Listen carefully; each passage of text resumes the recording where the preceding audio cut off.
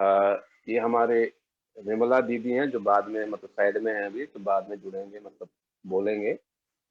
तो इनकी जो फैमिली है, मतलब जो इनके पिताजी हैं सुशील प्रभु जी और विमला दीदी, तब ये सचिन जो है इनका छोटा बेटा है, ये छोटा था तब 96 की बात है। श्री गुरुदेव को ह्यूस्टन आना था, और श्री विष्णु प्रभु जी जो हैं इस्कॉन में पहले वो ठहरने वाले थे श्री गुरुदेव को, किंतु वहां पर किसी कारणवश नहीं हो पाया। तो उल्टा वहां पर अ, विरोध ही हुआ, बाधाएं प्राप्त हुई, तो बड़े दुविधा में पड़ गए थे। तो श्री विष्णु प्रभु बड़े रोते हुए गुरुदेव से कहा कि मुझे समझ नहीं आ रहा। तो श्री गुरुदेव ने कहा चिंता न करो, हम आ, मतलब होटल में कमरे लेकर के भी हम 2-4 दिन रह करके हम चले जाए। फिर भी विष्णु प्रभु का मन नहीं माना, तो उन्होंने कुछ भक्तों से पूछा, तो ये विमला दीदी और सुशील प्रभु हैं, बड़े ही उदार दिल के हैं दोनों।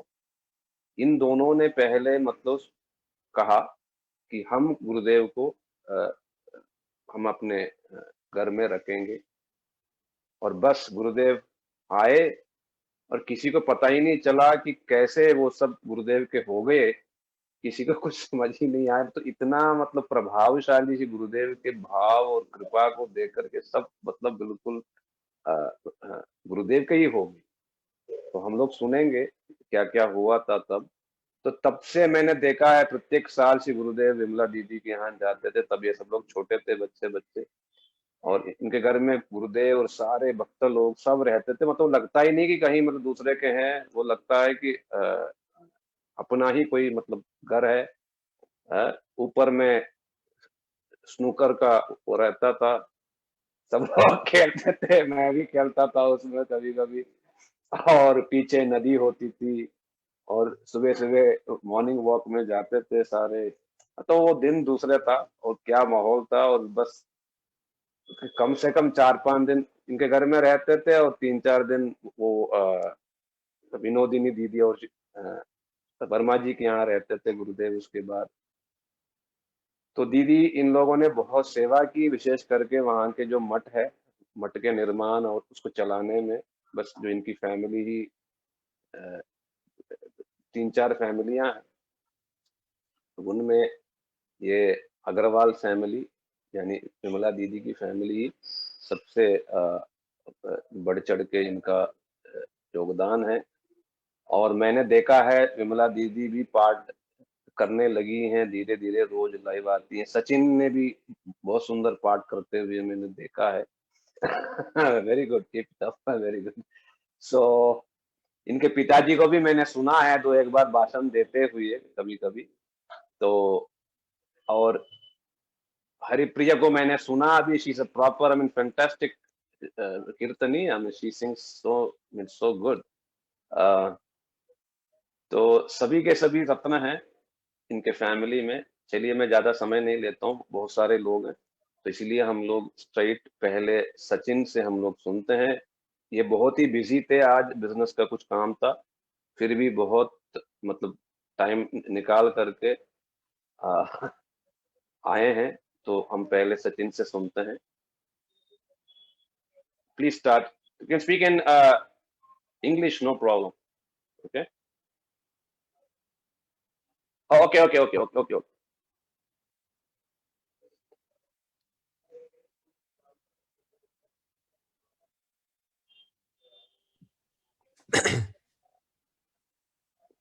Yes, Hare you can Krishna. start and can speak in English, no problem with that. Okay. Okay. Om Gyantimirandasya Gyananjana Shalakya Chakshurunmilitam Yena Tasmai Shri Guruve Namah Vanchakalpatarubhyascha Kripa Sindhuvevacha Patitanam Pavanebhyo Vaishnavebhyo Namo Namah. First of all, I'd like to offer my millions of obeisances unto the lotus feet of my beloved Gurudev, Nityala Vishnu Vishubhas Stotra Shishimad Bhaktivedanta Narayana Goswami Maharaj. And I would like to offer same number of obeisances unto the lotus feet of our Guru Parampara. and I'd like to offer my obeisances to the lotus feet of all the Vaishnavis present. So thank you very much for allowing me to speak. मैं कोशिश करूँगा थोड़ा हिंदी में बोलना बीच-बीच में. जरूर try. I mean, you are speaking nice Hindi. आप सभी लोग मुझे माफ कीजिए क्योंकि बचपन में हम हिंदी ज्यादा नहीं बोलते थे. It's fine. I mean, superb. Not problem. Just keep trying. That's fine. Okay. और हम लोग हरियाणा से भी हैं तो थोड़ा हमारा हिंदी वैसे कहते हैं कि ठक होता है, तो माफ कीजिए यदि इज्जत से और रिस्पेक्ट से बात नहीं कर पा रहा क्योंकि मुझे शब्द नहीं आते, तो मुझे माफ कीजिए. पहले मैं थैंक यू कहना चाहता हूँ विजय कृष्ण प्रभु जी को कि उन्होंने हमको इनवाइट किया है गुरु जी के बारे में बोलने के लिए. और आई एम नॉट क्वालिफाइड, हम लोग क्वालिफाइड नहीं है कि हम गुरु जी के बारे में बात करें, लेकिन हम इतना कर सकते हैं कि हम थोड़ा सा शेयर कर सकते हैं कि अपना जो मेमोरीज और एक्सपीरियंसेस थे गुरुदेव के साथ और अभी भी हैं, तो उसका कोशिश करेंगे. पहले मैं शुरू करना चाह रहा था कि मे बी आप सभी लोग अलादीन के बारे में सुना होगा. Aladdin, the story of Aladdin, मतलब कि अलादीन एक बच्चा था, गरीब बच्चा था. सब जानते हैं, सब लोग जानते हैं इधर. हाँ, सब जानते हैं. और उनको गरीब थे और उनको राजा बनना चाहते थे रानी को शादी के लिए. अलादीन का चिराग कहते हैं उसको. अच्छा, चिराग. अलादीन का चिराग. Okay. So the story goes कि मतलब एक बार वो गुफा में जाते हैं क्योंकि वो उनको पैसे के लिए किसी ने वो जीनी का वो जो लैंप होता है ना जहाँ जीनी निकलता है, उसको लेने के लिए अलादीन एक गुफा में गया था. He went into a cave to get the lamp of the genie based on trying to get some money from someone else. He did not know what is in that lamp, but when he went into the cave, he got stuck. मतलब वो निकल ही नहीं पा रहा था. तो फिर उसको वो जीनी का लैंप मिल गया, उस जीनी ने बचाया उसको. फिर वो जीनी दोस्ती हो गई उनकी, और जीनी ने मतलब उसका सहायता किया, 3 विशेस भी दिए और 3 विशेस के बाद भी उनके साथ रहे. सो मैं जब ये इस स्टोरी के बारे में सोचता हूँ तो मैं सोचता हूँ कि ये हमारे गुरुजी के जैसे ही स्टोरी है. That Gurudev is like a magician and he is like a genie. वो आए हैं और जैसे विजय कृष्ण प्रभु जी ने बोला, हम जानते भी नहीं थे उनको, कुछ पता भी नहीं था, ना हमारे में भक्ति थी ना हमारे में भक्ति है. और जस्ट लाइक अ मैजिशियन, वो जब स्टेज पे आते हैं और एकदम लाइक प्रकट होते हैं, comes out of nowhere, वैसे ही गुरुदेव हमारे घर में आए थे. So he came without any invitation. But याद है आपको क्या? जी मेरे को थोड़ा सा तो याद है, मैं जितना याद कर सकता हूँ मैं शेयर करूंगा. अच्छा. नहीं, मैं पूछ रहा हूँ कि जब गुरुदेव 96 में जब आए थे तब आप छोटे थे ना, मतलब. हाँ, बट मेरे को स्टोरी पता था कि पीछे का स्टोरी पता था, मतलब हमारे परिवार के अंदर क्या हुआ था. So मेरे को इतना याद है, मतलब ये जो अरेंजमेंट था इसका ज्यादा याद नहीं था. अच्छा. लेकिन जो हुआ है हमारे साथ इतना मुझे याद है. ठीक है. So he came without invitation, but he came and he became part of our family. मतलब हमारे परिवार जैसे हो गए थे और हमारे ग्रैंडफादर जैसे बन गए. और I want to give 3 examples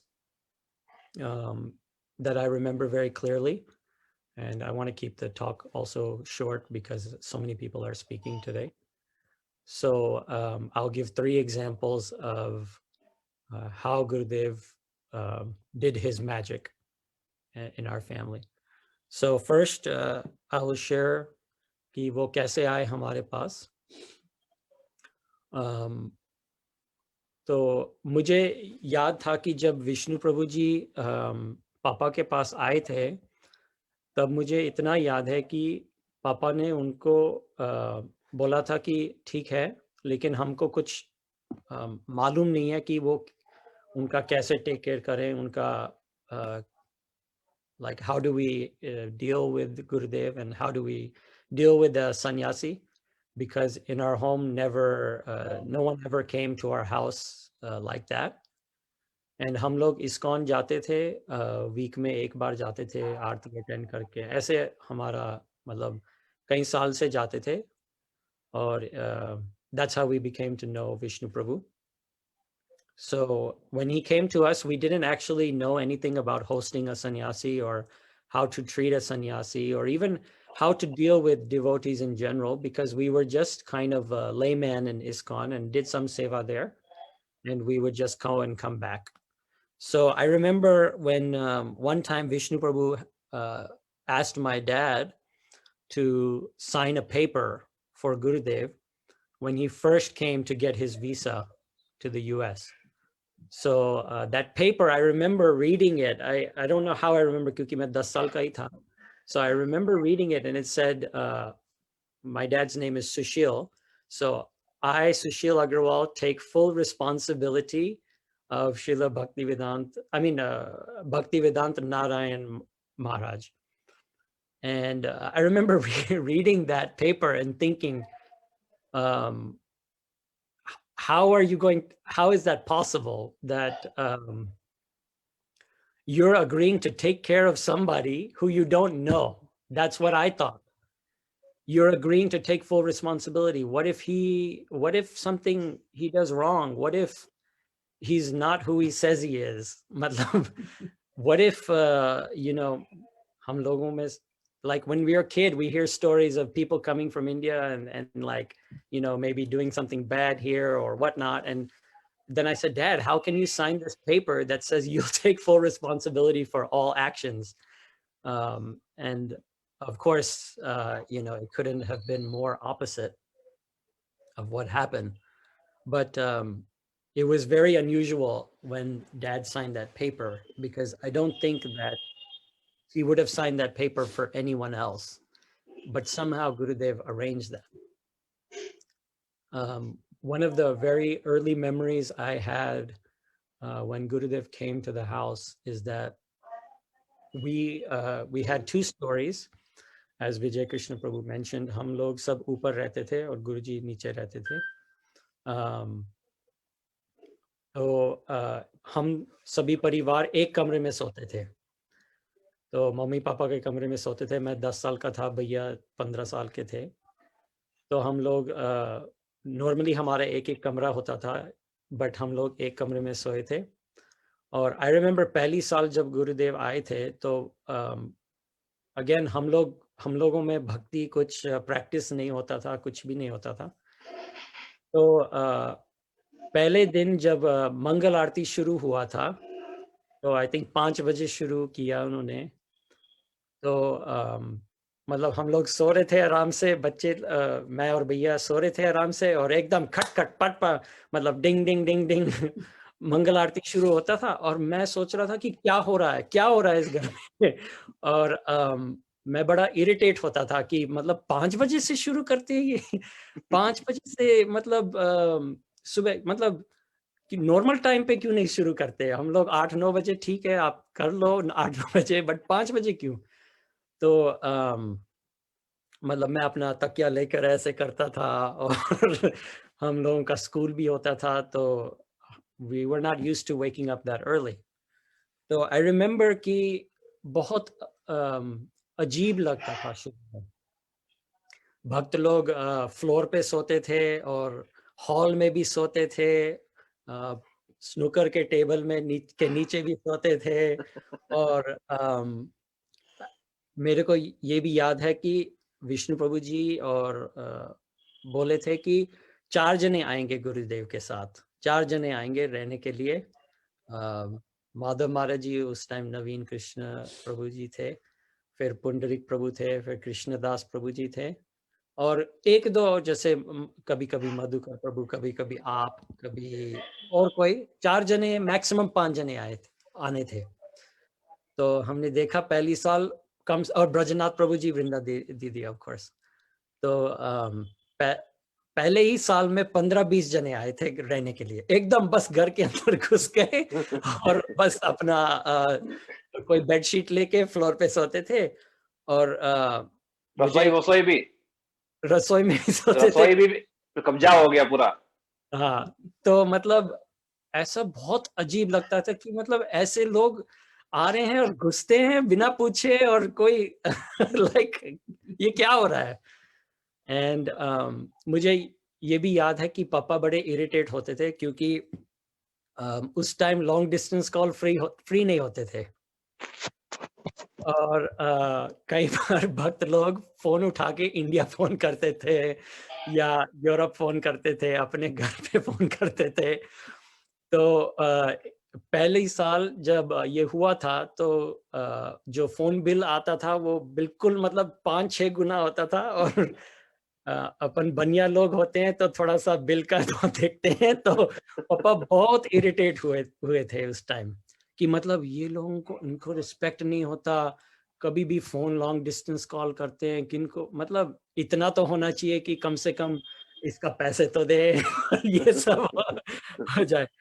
तो अगली साल मुझे याद है पापा ने फोन्स को छुपा दिया, जो कॉर्डलेस फोन्स होते थे उस टाइम 96-97 में, अगले साल उन्होंने छुपा दिया, लेकिन सबको वो मिल गया फोन, और दोबारा भी करने लग गए, और बहुत मतलब what I guess what I'm trying to say is हम लोगों को कुछ भी नहीं पता था, कुछ भी नहीं पता था। मेरा ये पॉइंट है कि हम लोग बिल्कुल बैकवर्ड्स थे, और गुरुजी फिर भी आए हमारे घर, मतलब कहते हैं कि causeless mercy, you know, and to me yeah, this is a prime example of causeless mercy, because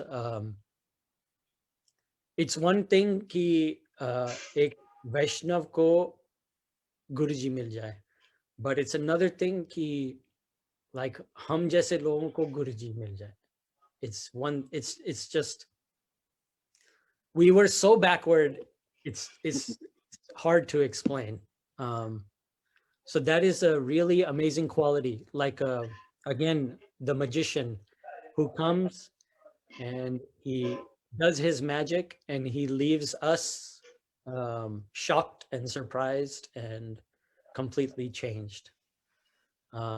This was how Gurudev came, and he became really part of our family. वो हमारा परिवार जैसे बन गए। वो जब आते थे तब वो बोलते थे कि अब मैं अपना घर आ गया, और अब मैं हिंदी बोल सकता हूँ, क्योंकि सब जगह इंग्लिश बोलना पड़ता था, लेकिन ह्यूस्टन में हिंदी बोलते थे। और आके काउच में बैठते थे, और जब शुरू में 4-5 साल जब गुरुदेव मतलब पॉपुलर नहीं थे, तो हमारे पास बहुत टाइम होता था, और मैं 10-11-12 साल का था, तो मैं गुरुदेव के कमरे में जस्ट ऐसे ही घुसता था, मतलब बिना पूछे, कोई ऐसा गार्ड नहीं होता था, कोई ऐसे टाइमिंग्स नहीं होते थे, और मैं कभी भी घुसता था, बात करता था, वो कभी भी बाहर आते थे, कभी न्यूज़ देखते थे और हमारे से बातचीत करते थे। वो कभी बैकयार्ड में वॉकिंग करते थे, तो मैं भी वॉकिंग करता था उनके साथ।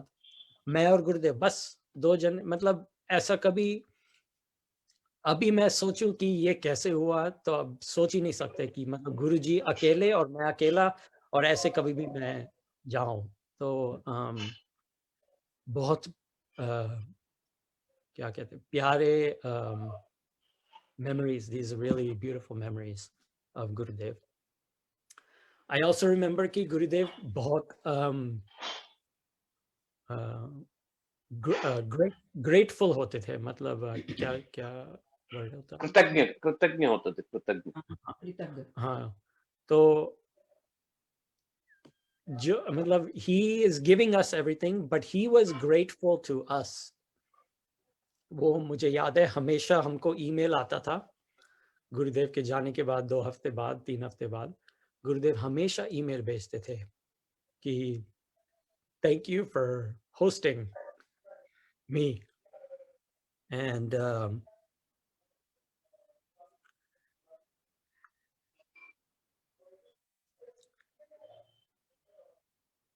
it's very difficult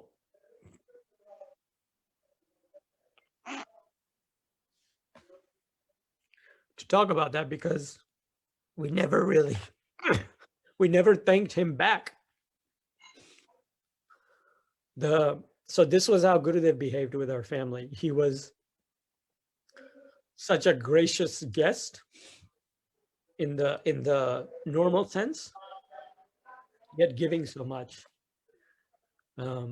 So this was like when the genie appears and comes to Aladdin and he says, I will give you 3 wishes. And Aladdin doesn't know why he gets 3 wishes, but that's how Gurudev was. We don't know why, but he came and gave us wishes. The second example, so the first example just talks about how Gurudev came to the house and how he became part of the family and how he gave us everything when we didn't deserve it. The second thing I want to talk about is how he used to treat me. So Gurudev was very, very, मतलब बहुत प्यारे होते थे और वो बहुत favour करते थे मुझे, मतलब बहुत ज़्यादा फेवर करते थे, हमेशा मेरे साइड लेते थे। जब भी कुछ जैसे हम 4 जने बैठते थे गुरुदेव के पास, तो मम्मी पापा कुछ कंप्लेंट करते थे बच्चे के बारे में कि सचिन ऐसा है, आशीष ऐसा है, इनको ठीक करो, इनको बोलो। तो गुरुदेव हमेशा हमेशा बोलते थे कि नहीं, तुम ये बच्चे बहुत प्यारे हैं, ये बच्चे मेरे हैं, ये बच्चे बिल्कुल ठीक है। और अभी मम्मी बता रही थी कल कि एक बार मम्मी कंप्लेंट कर रही थी कि सचिन को सीधा करो गुरुदेव, सचिन को सीधा करो, वो बहुत बदमाश है, वो मतलब ना कहना मानता है, ना किसी को रिस्पेक्ट देता है, वो चिल्लाता भी है, मैं गुस्सा भी करता था। तो वो मेरे मतलब मैं ऐसा था नीचे, तो वो ऐसे एकदम बोले कि अच्छा अब सीधा हो गया।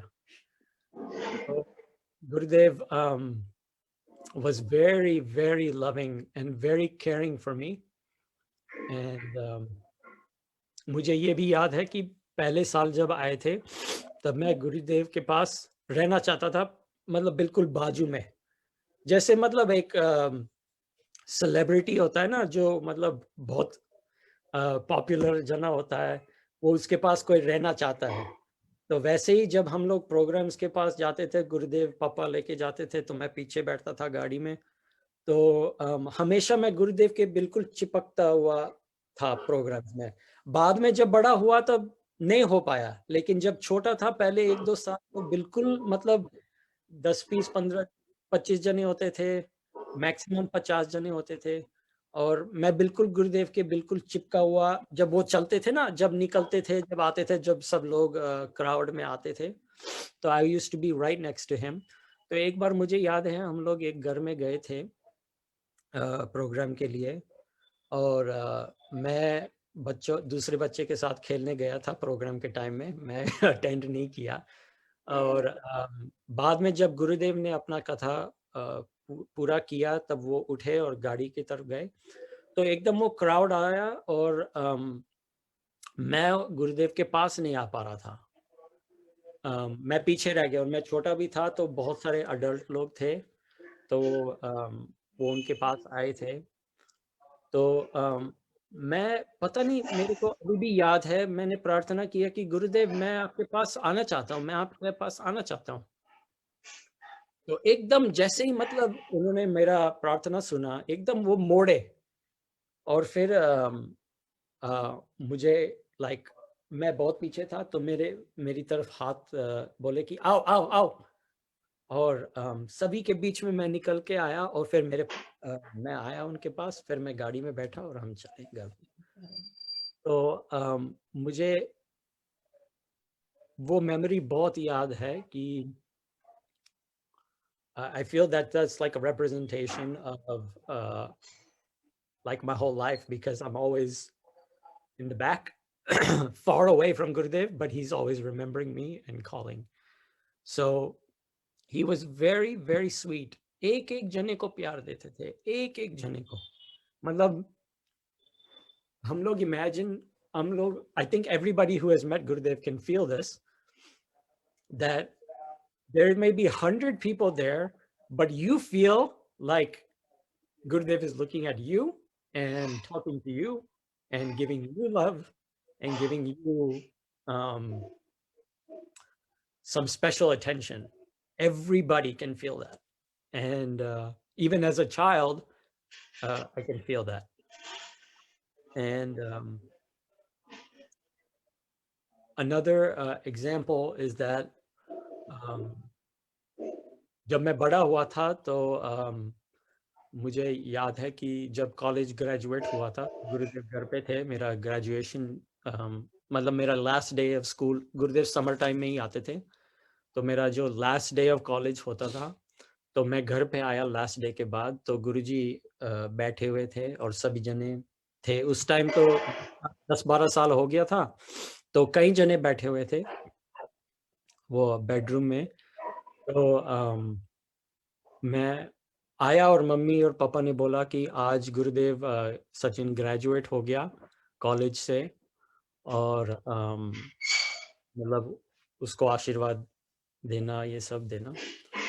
तो देन गुरुदेव इमीडिएटली मतलब उन्होंने डांट लगाया और उन्होंने बोला कि this education, this wealth, this family, everything, nothing will save you. ये कुछ बचाएगा ना तुमको, मतलब कुछ भी नहीं बचाएगा, सिर्फ हरि नाम बचाएगा, और तुम हरि नाम नहीं कर रहे. उन्होंने पूछा था कि तुम कितना माला करते हो, तो मैंने बोला गुरुदेव मैं एक माला करता हूँ, कोशिश करता हूँ एक माले का. तो बोलते हैं कि मतलब ये कुछ भी नहीं बचाएगा, सिर्फ हरि नाम बचाएगा, लेकिन तुम इसमें फंस गए. एंड मैं उस टाइम बड़ा सरप्राइज हुआ था, क्योंकि मैं सोच रहा था कि गुरुदेव मुझे मतलब लाड प्यार देंगे और कंग्रेचुलेशंस देंगे, अच्छी चीज देंगे. लेकिन सभी के आगे बोला कि ये कुछ काम का नहीं है, सिर्फ हरि नाम काम आएगा तुमको. And I felt very embarrassed at that time, and also I felt very ashamed कि I thought कि something else was going to happen, but instead I got the real instruction. I remember Gurudev becoming very straight and always giving the right instruction. बचपन में लाड़ प्यार, और जब बड़ा हुआ तब मेरे को ऐसे लगा कि he was becoming very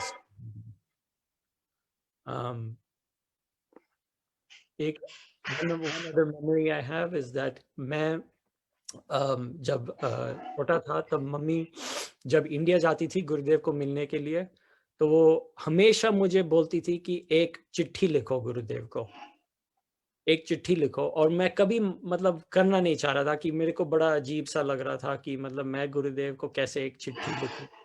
और ये हम लोगों का कंप्यूटर का आदत होता था, तो चिट्ठी लिखना में बड़ा अजीब लगता था.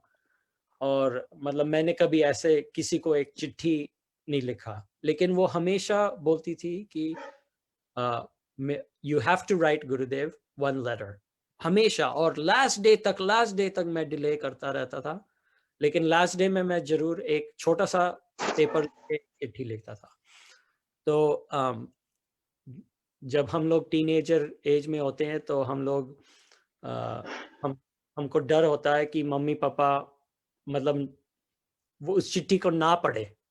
हमारा मन होता था कि मतलब मेरा मन होता था कि मैं सच लिखूं कि मैंने क्या क्या गलती किया इस साल, और मुझे माफ कीजिए, और मतलब please protect me, please bless me, ये सब. लेकिन वो गलती मैं डायरेक्ट नहीं लिखना चाहता था कि मतलब मैंने ये किया, मैंने वो किया, क्योंकि मेरे को डर होता था कि मम्मी उस चिट्ठी को ना पढ़े उससे गुरुदेव से पहले. तो मैं हमेशा वो चिट्ठी एक एनवलप में डाल के सील करता था, कि गुरुदेव को वैसे मिल जाए। और उस चिट्ठी में मैं अपने मतलब बचपन के सोच होता था कि एक सीक्रेट कोड में लिखें कि मतलब गुरुदेव, जैसे मैं ऐसे लिखता था कि गुरुदेव आप जानते हो सब कुछ जो मैंने किया है, उसके लिए प्लीज फॉरगिव मी। और ये भी या कि मैं गुरुदेव आप सब जानते हो, थैंक यू, बस ऐसे लिखता था। लेकिन अंदर मुझे मतलब I wanted to write everything, but मेरे को डर होता था कि मम्मी ये चिट्ठी ना पढ़े। तो हमेशा हमेशा मुझे ईमेल आता था वापस उस चिट्ठी के बाद, कभी कभी 3 महीने बाद, कभी कभी 6 महीने बाद, जो भी मतलब टाइम लगाते थे, लेकिन हमेशा मुझे वापस जवाब मिलता था डायरेक्ट, मतलब अपने ईमेल एड्रेस पे डायरेक्ट ईमेल आता था गुरुदेव की। और हमेशा जब वो चिट्ठी आती थी, तब हमेशा जो भी मैंने प्रॉब्लम उसके बारे में जब सोचता था, उस प्रॉब्लम के मेरा ये प्रॉब्लम हो रहा है, या मैंने ये गलती किया है, इसको प्लीज मेरे को मालूम नहीं है कि मैं इससे कैसे निकलूं, और ये सब हमेशा जब भी वो चिट्ठी आती थी, वो प्रॉब्लम सॉल्व हो जाता था। इट वाज रियली अमेजिंग कि मतलब, और मेरे को ऐसा अब लग रहा है कि मतलब इसीलिए 3 महीने बाद आता था। कभी कभी मेरे को ऐसा लगता था कि 3 महीने बाद क्यों गुरुदेव ने लिखा। अब मेरे को महसूस हुआ था कि जब भी वो चिट्ठी आता था, तब वो प्रॉब्लम सब खत्म हो जाता था। सो आई फेल्ट कि ही ऑलवेज एंसर्ड अस। मतलब वो कितने भक्त थे, कितने उन्होंने, उनके पास चिट्ठी आते होंगे, कितने लोग फोन कॉल करते थे गुरुदेव को, लेकिन फिर भी हमारे को जवाब मिलता था। और ये भी बड़ा अनयूजुअल बात है कि मतलब 3 महीने बाद, 3 महीने बाद, 6 महीने बाद जब चिट्ठी आती थी वापस, ईमेल आती थी वापस, तो उन्होंने कैसे याद किया मुझे कि 3 महीने बाद, 6 महीने बाद उसको जवाब देना है।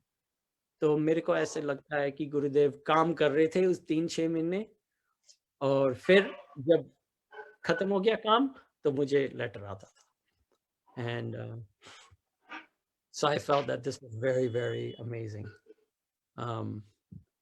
एंड लास्ट चीज मैं बोलना चाह रहा हूँ कि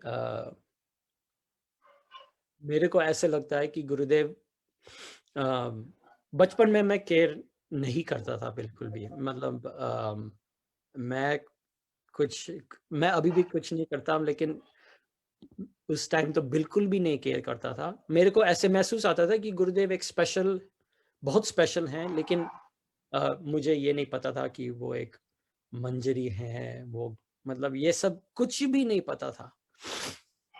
लेकिन नाउ उनके जाने के बाद आई फील कि वो अभी भी बहुत काम कर रहे हैं, बहुत ज़्यादा काम कर रहे हैं। और आई फील कि वो अभी भी हमारा प्रोटेक्टर है, मेंटेनर है। और मैं लास्ट एग्जांपल देना चाहता हूँ कि एक बार मैं और हरिप्रिया वापस आ रहे थे इंडिया से। तो दिल्ली के एयरपोर्ट, मैं ये कहानी ज़्यादा नहीं बोलता, लेकिन this is really a special story that I feel Gurudev is still present, and it's very obvious कि वो अभी भी हैं। सो मैं और हरिप्रिया आ रहे थे दिल्ली से, तो हम लोग एयरपोर्ट में गए थे, और सब चेक इन हुआ था। तो हमको बोर्डिंग पास मिलता है। तो बोर्डिंग पास में जब हम लोग सिक्योरिटी के थ्रू जाते हैं, तो इंडिया में मेरे को पहले नहीं पता था कि इंडिया में वो बोर्डिंग पास पे वो स्टैंप करते हैं, और मतलब वो स्टैंप सिक्योरिटी का स्टैंप होता है कि इस बंदे ने सिक्योरिटी मतलब के थ्रू गया है। तो हम लोग 2-3 घंटे पहले पहुंच गए थे एयरपोर्ट, क्योंकि रात को फ्लाइट्स होते हैं 3-4 बजे रात को। तो हम लोग जल्दी पहुंच गए थे। तो उस दिन एकादशी भी था। तो मुझे बहुत भूख लग रही थी। तो हम लोग इधर उधर दुकान में गए थे और एक मुझे याद है एक लाइक मैंगो ड्रिंक वगैरह लिया था। एनीवे जो भी है, तो हम एयरपोर्ट के अंदर घूम रहे थे, 2-3 घंटे ऐसे घूम रहे थे और फिर हम एंड में गेट के पास चले गए थे। तो गेट के पास चलते ही वो बोर्डिंग पास चेक किया और बोर्डिंग पास मिला नहीं मुझे। बोर्डिंग पास मतलब मैं सब जगह ढूंढा, मैं पागल हो रहा था, मैं बेचैनी हो रही थी कि मतलब बोर्डिंग पास क्यों नहीं आ रहा, क्यों नहीं है, कहाँ पर है, कैसे है। और फ्लाइट एकदम बोर्ड हो रहा है और बेसिकली मैंने फिर उनको बेग किया कि मतलब प्लीज़ आप एक और बोर्डिंग पास प्रिंट कीजिए, मेरा ये आइडिया है, मेरा ये टिकट है। तो उन्होंने बोला नहीं, हम लोग ऐसे नहीं करते, हम लोग बोर्डिंग पास पास नहीं प्रिंट कर सकते क्योंकि तुमको वापस जाना पड़ेगा बोर्डिंग पास लेने के लिए, और अब काउंटर बंद हो गए तो तुम इस फ्लाइट पे चढ़ ही नहीं सकते, क्योंकि तुमको फिर जो एयरलाइन की ऑफिस है उनके पास जाना पड़ेगा, बोर्डिंग पास प्रिंट करना पड़ेगा, सिक्योरिटी के थ्रू जाना पड़ेगा, और अभी हमारा डिपार्चर 20 मिनट में हो रहा है, तो मतलब इस फ्लाइट पे चढ़ ही नहीं सकते तुम।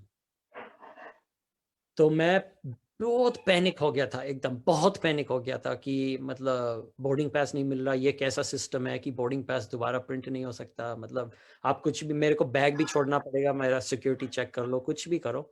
लेकिन उन्होंने कुछ भी नहीं माना। तो मैं पागलों की तरह, और आप शायद जानते हो दिल्ली का एयरपोर्ट कितना बड़ा है, मैं पागलों की तरह भागा, पूरा एयरपोर्ट भागा, बस भागता रहा और पसीना आता रहा और सांस भी नहीं कर रहा था, और मैं जोर से चिल्ला रहा था गुरुदेव गुरुदेव गुरुदेव, मतलब जोर से, गुरुदेव बचाओ, गुरुदेव बचाओ, गुरुदेव बचाओ। और मतलब ऐसे 8-10 मिनट में भागता रहा पागलों की तरह, और सब लोग देख रहे हैं मुझे कि ये बंदा मतलब पागल पागल सा हो गया, ये बंदा भाग रहा है। कभी एयरपोर्ट में देखा किसी भागते हुए बंदे को चिल्लाते हुए, डर लगता है लोगों को। तो मैं जिस जिस दुकान पे या जिस जिस जगह पे गया था, मेरे को, मैं रिट्रेस किया कि मेरा बोर्डिंग पास मिला, किसी को बोर्डिंग पास मिला, किसी को बोर्डिंग पास मिला। सभी लोग, दुकानदार बोल रहे हैं नहीं मिला, नहीं कुछ भी नहीं, क्या बोल रहे हो आप, कुछ भी नहीं।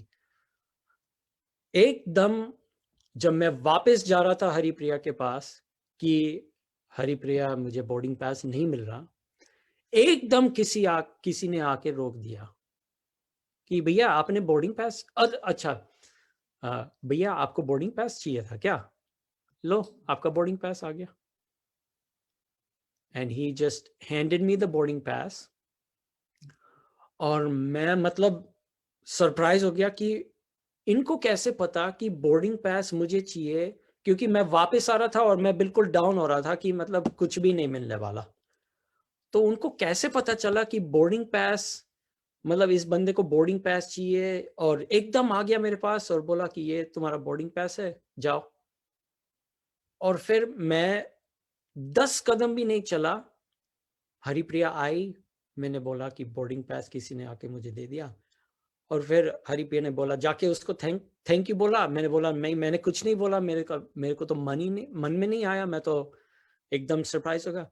जैसे ही 10 कदम, और इतना लंबा गेट होता है, मतलब 10 कदम चलने में से कोई ऐसा उससे निकल नहीं पा रहा, लेकिन मैंने मोड़ा और वो बंदा गायब हो गया। And I just remember that when you take Gurudev's name, मैं मतलब I feel so cheap actually कि I'm giving this story because it's just a boarding pass, and it's like मैं गुरुदेव का नाम लेते हुए बोर्डिंग पास के लिए मैंने बोर्डिंग पास का उनका नाम लिया। I never take his name for the things he came to give. I take his name to get boarding passes and to get out of trouble and this and that. But he still saved me. And I feel it's like the magician, the magician, he keeps coming back, the genie, he keeps coming back, he keeps giving me wishes. And if I just rub the lamp and ask him, Gurudev, can you please do this? Can you grant me this wish? Then he comes. And there's so many other miracles and stories. I think everyone else can share. I think मैंने बहुत time लिया है इसका. No. It was really, really, really touching. Really, I mean, really amazing, बहुत- sweet, very, very uh, heartwarming experiences. I mean, really good. And like by Gurudeva's mercy, you have changed a lot. I mean, to be really frank, I never saw you like this when you were young, but now it's complete. I mean, complete change. I'm That's really not changed. I'm the same as before. So please don't. okay. But Okay. whatever is come is because of Gurudev. Yes. Sure. Thank you very much. Thank you. Hare Krishna. So, Father will speak next. Papa बोलेंगे. Haripriya. Oh, just a minute. बंद क्यों कर देता है? Hare Krishna. Just a minute. Hare Krishna.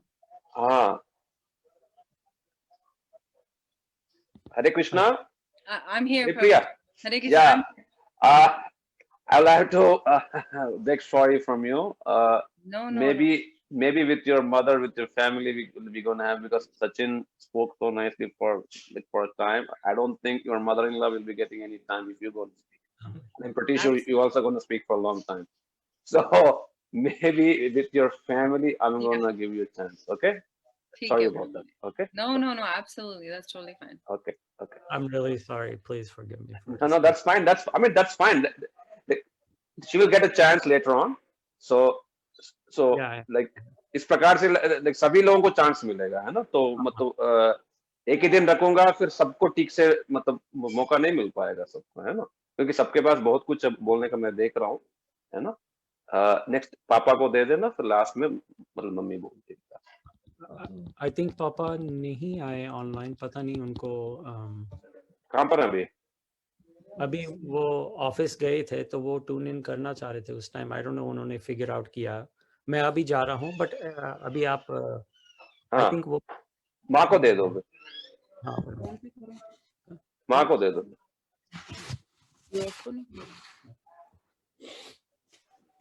हरे कृष्णा विमला दीदी. हरे कृष्णा. दंडवत प्रभु जी. दंडवत. जय हो. So much thanks to you. ये विमला दीदी हैं और इनकी फैमिली. ये इनका छोटा बेटा था सचिन, और इन्होंने ही मतलब बहुत सेवाएं की हैं. इनके घर में श्री गुरुदेव रहते थे और कहते थे मेरा घर है, और मैं भी रहा हूँ कई बार. और इतना सुंदर स्थान, सब लोग मतलब पूरे घर इनका घर है, किंतु जब भक्त लोग पहुंचते थे पूरे घर को कब्जा कर लेते थे और दीदी को कहते थे कि आप रेस्ट कर लो.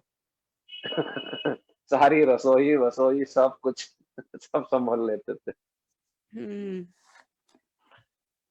वो दिन काश दोबारा आ जाते, जल्दी आ जाए.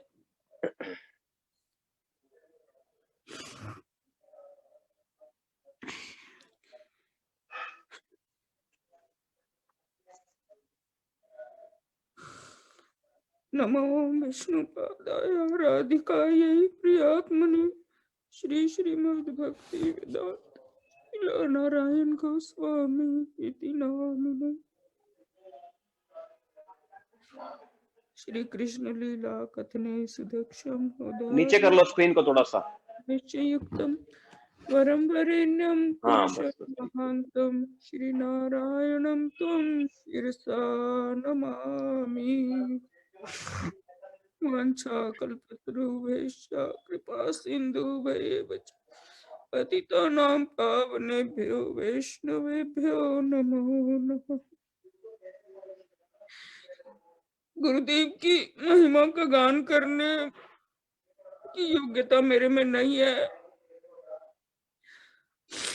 गुरुदेव तो साक्षात हरि के समान है. मैं कैसे उनका गुणगान गाऊं?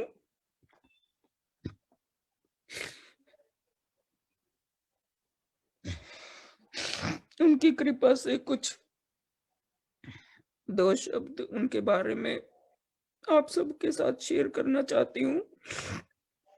सबसे पहले विजय कृष्ण प्रभु का बहुत बहुत धन्यवाद करना चाहती हूँ कि उन्होंने गुरुदेव की स्मृतियां, गुरुदेव के बारे में कुछ याद दिलवाया। तो गुरुदेव के मिलने से पहले ही विष्णु प्रभु ने एक मुझे गुरुदेव की कैसेट दी थी, तो मैं उसको सुनने लगी। उसमें गुरुदेव की कार्तिक परिक्रमा की कथा थी, परिक्रमा का पूरा एक दिन का वर्णन था। तो मैं रोज जब वॉक करने जाती तो उस कैसेट को सुनती थी, रोज उसी कैसेट को सुनती थी। और बस मेरे मन में इतना अंदर से इच्छा हो गई कि मुझे भी जाना है, मुझे भी इस जगह पे जाना है जहाँ ये लोग हैं, और मुझे भी इन लोगों से मिलना है। तो मुझे बहुत मतलब उस समय उनसे मिलने की कभी देखा नहीं था, कभी पता नहीं था, पर वो कैसेट सुन सुन के बहुत ही मन में इच्छा हो गई कि मुझे भी इनसे मिलना है। ये जो महात्मा है, ये जो बोल रहे हैं और ये जो कीर्तन हो रहा है, ये जिस जगह पे बैठे हैं, मुझे भी वहां जाना है। तो फिर बस थोड़े दिन बाद गुरुदेव आए घर में, और पहले ही दिन जब घर में आए तो बड़ा अटपटा सा भी लग रहा था, लेकिन फिर भी पता नहीं मन भी उनकी तरफ खींचा जा रहा था। और बस उस दिन सारा लोगों को प्रसाद वगैरह करा के, इस बीच में छोटी-छोटी इतनी मेमोरीज है कि कितनी बोलें, लेकिन मैं थोड़ा सा बस ओवर मतलब मेन पॉइंट बताना चाहती हूँ कि उस दिन फिर सारा प्रसाद वगैरह सब निपटा के हम लोग, तो मेरे मन में ऐसे मैंने अपने पति को बोला, बच्चों को मैंने कहा, अपने घर में ये महात्मा आए हैं, मुझे चलो इनकी चारों जने अपन मिलके इनकी चरण सेवा करके आए थोड़ी देर। गुरुदेव ये महात्मा थक के आए होंगे। तो मैं बच्चों को लेके और मेरे पति को लेके ऊपर गई, और गुरुदेव बेड पे बैठे थे। तो ऑलमोस्ट 9 बज गए थे, 8:30 9 बज गए थे। तो मैं मतलब हम लोग अंदर गए, मैंने कहा गुरुदेव हम आपकी चरण सेवा करना चाहते हैं, आप थके हुए होंगे। मतलब गुरुदेव तो नहीं बोला, ऐसे महाराज जी बोलते थे, क्योंकि विष्णु प्रभु से महाराज जी ही नाम सुना था। तो फिर गुरुदेव ने मतलब हमें कहा कि बेटी अब देर हो गई है, और तुम भी जाके विश्राम करो और मैं भी विश्राम करता हूँ। लेकिन एक बात उसी दिन बोल दी, पहले ही दिन, कि मैं तुम चारों को कभी नहीं छोड़ूंगा। तो मतलब अब ये बात याद आती है कि गुरुदेव ने पहले ही दिन मतलब हमें इतना अपना बना लिया कि बोले कि मैं तुम चारों को कभी नहीं छोड़ूंगा। तो अभी भी मेरे को वो बात हमेशा याद रहती है। और गुरुदेव जब भी मतलब आते थे, फिर आते रहे, फिर मतलब जब 3-4 दिन रहे तो बड़ा मतलब हेक्टिक भी रहा, और बड़ा मतलब अनकंफर्टेबल सा भी रहा। तो लेकिन फिर मतलब लेकिन जब चले गए तो फिर बस एकदम जैसे बहुत ही उनकी याद आने लगी, बहुत याद आने लगी। जैसे रात को कई बार याद आ जाती थी तो एकदम बस रोना रोना ही छूट जाता था, इतना मतलब आंसू वो होते थे। और मैं चुपके चुपके रोती रहती थी कि कभी मेरे पति को पता ना चल जाए कि ये क्या हो रहा है। तो फिर मैं मन में सोचती कि मैं इतने संतों से मिली हूँ, इतने लोगों से, महात्माओं संतों से कथा सुनी है, लेकिन ये क्या है, ये कौन है जो इतना, कि ये क्या कर गए हैं कि मुझे इनकी इतनी याद आती है। तो बस लेकिन मैं फ़ोन वोन करने से घबराती थी। मुझे कुछ हिसाब नहीं था कि मैं कैसे उनको फ़ोन करूँ और कैसे उनसे बात करूँ, लेकिन याद बहुत आती थी। तो फिर गुरुदेव हर साल आते रहे, और मतलब गुरुदेव फिर उनकी पूरा साल इंतजार रहती थी कि गुरुदेव आएंगे, मतलब कब आएंगे, गुरुदेव आएंगे आएंगे, बस याद याद मतलब उनकी इंतजार सी रहती थी। हालांकि इतनी अभी अटैचमेंट नहीं हुई थी, लेकिन हमेशा इंतजार रहती थी और बड़ी खुशी होती थी। दिन गिनते थे भी, रोज सुबह उठती तो एक दिन घट गया, एक दिन घट गया। मुझे पूरा याद है, आज 21 दिन रह गए, आज 20 दिन रह गए, अभी तो बस 10 दिन रह गए। इस तरह से मतलब एक एक दिन काउंट करती थी मैं। तो और गुरुदेव मतलब इतने वो हो गए कि मतलब जब भी घर में आते तो आते ही अपने, उनको मतलब ये भी नहीं कहना पड़ता कि आप यहाँ बैठ जाओ, आप यहाँ ये मतलब ये अपने आप आके बस अपना आराम से बैठ जाते, जैसे अपने घर का एक कोई पिता आया है, बैठ जाते, अपनी बेटी के घर बैठ जाते, ऊपर चले जाते, नीचे चले जाते, बैकयार्ड में चले जाते। और उनके अंदर कोई गुरु अभिमान नहीं था। कोई भी मुझे कोई बोले कि मुझे मतलब मेरा कोई आदर करे, उनको कुछ भी नहीं था। मतलब बिल्कुल अपना घर, अपना परिवार समझ के ऐसे मतलब गुरुदेव वहां पे रहते थे घर में। और मुझे याद है एक बार अलाचुआ में गुरुदेव एक व्यक्ति बोला है, बोले कि एक ब्रह्मचारी थे, वो बोले गुरुदेव मैं गुरु बनना चाहता हूँ और राम भक्ति का प्रचार करना चाहता हूँ। तो गुरुदेव ने बोला कि बोगस आइडिया, कभी ये मत सोचो कि मैं गुरु बनना चाहता हूँ, हमेशा ये सोचना कि मैं गुरु का दास बनना चाहता हूँ। तो ये बात मुझे याद है कि गुरुदेव के अंदर बिल्कुल भी गुरु अभिमान नहीं था। और गुरुदेव जब भी आते मतलब एयरपोर्ट से मतलब गाड़ी मतलब आते, और इससे पहले एक आधी बार 2-3 साल बाद फिर मैं कभी कभी फोन भी कर लेती थी। तो गुरुदेव को बोलती, गुरुदेव मैं आपकी क्या सेवा करूं? तो गुरुदेव बोलते, बस बेटी मेरे लिए पीली पीली हरी हरी दाल बना करके रखना। तो हमेशा बस उनको दाल मतलब इतनी वो दाल वो पसंद करते थे। और एक बार मैं उनके लिए जब भी कार्तिक में जाती तो मैं हमेशा दाल का पैकेट लेके जाती थी। मतलब मुझे याद था कि गुरुदेव को दाल पसंद है, या तो मैं लेके जाती थी। चाहे फिर एक बार ना मेरा बहुत लगेज ज्यादा हो गया, तो मैंने ये भी सोचा कि क्या है ये, तू हमेशा दाल लेके जाती है, ये भी कोई ले जाने की चीज है, और इंडिया में तो कितनी दालें मिलती हैं। तो मतलब मैं गई तो मैंने अपना छोटी मोटी चीजें उनके लिए जो मैं लेके जाती थी, तो मैंने उनको अपना सामान दिया। तो गुरुदेव ने सारा सामान बैग में से एक एक करके निकाला और अंत में बोले कि तू मेरे लिए दाल नहीं लेके आई। तो मैं बस एकदम, मैंने कहा गुरुदेव मैं बस इसलिए नहीं लेके आई, मैंने कहा कि दाल का भी कुछ लाना होता है, कि आप भी क्या सोचते होंगे कि दाल ले आती है, और दालें तो यहाँ बहुत मिल जाती हैं गुरुदेव। फिर गुरुदेव बोले नहीं, मुझे तेरी ही दुकान की दाल चाहिए, क्योंकि हमारा ग्रोसरी का काम है।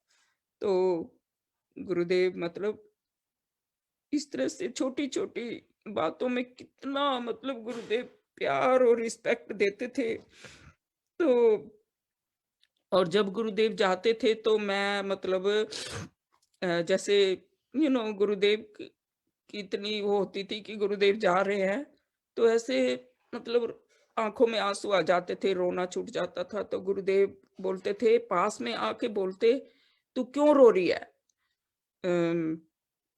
तुम उदास क्यों है?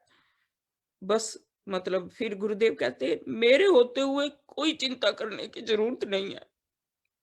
मतलब इतनी बड़ी बात गुरुदेव, हजारों माता पिता भी इतना स्नेह ममता नहीं दे सकते और ऐसी बातें नहीं बोल सकते जो गुरुदेव बोलते थे कि मेरे होते हुए कोई चिंता करने की जरूरत नहीं है। मतलब इस तरह से मतलब इतना मतलब सहारा देते थे गुरुदेव।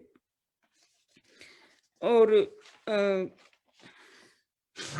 गुरुदेव का एक और मेरे कल की, गुरुदेव जब भी आते थे ह्यूस्टन में, गर्मियों के दिन होते थे, एंड ऑफ मई और जून बिगिनिंग ऑफ जून, तो उन दिनों बहुत गर्मी होती थी और हमने मिरेकल देखा है कि गुरुदेव को जिस दिन आना होता था उससे एक दिन पहले मतलब पूरा बरसात आ जाती थी और शाम के समय बादल आ जाते थे और बरसात आ जाती थी तेज और एकदम मौसम ठंडा हो जाता था। मतलब ये हर साल होता था, एक बार नहीं, हर साल। और हमें पता चल जाता था कि गुरुदेव आ रहे हैं और मतलब एकदम पूरा हफ्ता गुरुदेव यहाँ रहते, तो इतना ठंडा ठंडा मौसम रहता था और इतनी ठंडी ठंडी हवा चलती थी, मतलब गर्मी मतलब बिल्कुल खत्म हो जाती थी। तो कैसे गुरुदेव प्रकृति भी किस तरह से गुरुदेव का स्वागत करती थी, सेवा करती थी। और एक बार वेदर के बारे में ही, एक बार गुरुदेव दुर्गा बाड़ी में कथा कर रहे थे, तो हमने 2 टेंट लगवाए थे। एक बड़ा टेंट क्योंकि गर्मी के दिन थे, जिसके नीचे बैठ के भक्त लोग प्रसाद पाते थे, और एक छोटा टेंट जिसमें प्रसाद कुक करते थे और वहीं पर रख देते थे। तो एक दिन शाम को बहुत बड़ा तूफान आया, बहुत ज्यादा, मतलब कि बस सब कुछ गिरने वाला है, मतलब इतना तेज तूफान था जब गुरुदेव की कथा शुरू ही होने वाली थी। तो एनीवे हम लोग बाहर भी नहीं जा पा रहे थे और कथा भी 1.5 घंटा चला प्रोग्राम, और मतलब मन में बस प्रसाद की तरफ ध्यान कि प्रसाद तो सारा वो टेंट गिर गया होगा और सारा तो प्रसाद तो पानी पानी हो गया होगा, तो अब आज क्या करेंगे, कैसे लोगों को प्रसाद खिलाएंगे। तो बस मतलब कथा के समय उसी तरफ ध्यान था। तो फिर बस जब कथा खत्म हुई तो एकदम बाहर भागे और देखो गुरुदेव की शक्ति और कृपा कि बड़ा टेंट तो गिर गया, लेकिन छोटा टेंट और उसका मैं प्रसाद यूं का यूं रखा था, उसको कुछ नहीं हुआ। मतलब छोटा सा टेंट बिल्कुल, और वो एज इट इज सेफ, और मतलब उसका सारा प्रसाद सेफ। मतलब हम हैरान हो गए कि कैसे गुरुदेव ने वहां पे उसकी रक्षा करी। तो और गुरुदेव की टाइम तो बहुत कम है, तो एक टाइम है, गुरुदेव, हाँ जी, टाइम है, टाइम खूब है। आप अब आराम से मतलब बोलो, कोई दिक्कत अच्छा, नहीं, टाइम है, टाइम ओके। 10 बजे तक है, आराम से कोई बोलो। तो इस तरह से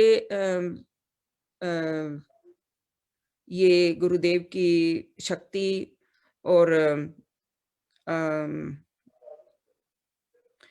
तो हमारे जैसे गुरुदेव किस तरह से परिवार की रक्षा करे हैं, उसके 1-2 एग्जाम्पल मैं आपको बताना चाहती हूँ। कि एक बार मेरे ससुर बहुत बीमार हो गए थे, उनको ब्रेन हैमरेज हो गया था और वो हॉस्पिटल में थे और उनका मतलब इलाज नहीं हो पा रहा था। तो जब भी ऑपरेशन करने की सोचते तभी उनको इन्फेक्शन हो जाता, बुखार हो जाता, तो डॉक्टर ऑपरेशन नहीं कर पा रहे थे। तो इस तरह से बड़ा मतलब टफ टाइम चल रहा था पिताजी के लिए भी और परिवार के लिए भी। तो गुरुदेव आए और हम जा भी नहीं पाए, क्योंकि हम इसलिए नहीं गए कि गुरुदेव आ रहे हैं और गुरुदेव के जाने के बाद ही हम मिलने जाएंगे पिताजी से। तो फिर गुरुदेव जिस दिन जा रहे थे तो हम उनको मिलने के लिए गए और मेरे हस्बैंड वहां पे बैठे, मतलब थोड़े रोने लगे। तो गुरुदेव को बोले कि मेरे पिताजी की हालत ऐसी है, और मैं भी पास में बैठी थी। तो गुरुदेव ने बोला, मतलब मतलब इशारा करके कि तुम अपनी एक एकादशी का व्रत का फल उनके नाम दे दो। तो मैंने कहा ठीक है गुरुदेव। तो अगले दिन सुबह तो गुरुदेव को छोड़ने जाना था एयरपोर्ट पे, तो मैं वो संकल्प नहीं कर पाई। तो बस उससे अगले दिन फिर मैंने जैसे गुरुदेव ने बताया था, तो मैंने अपनी मतलब एक एकादशी का फल गुरुदेव को दे रही हूँ। गुरुदेव मेरे पिताजी की आत्मा को के लिए दे रही हूँ। तो फिर मतलब वो करके मैंने कर दिया जो भी जैसा गुरुदेव ने बताया था। और मतलब शाम को ही पिताजी एकदम शांति पूर्वक और उन एकदम शरीर उनका पूरा हो गया और शांति पूर्वक वो मतलब चले गए।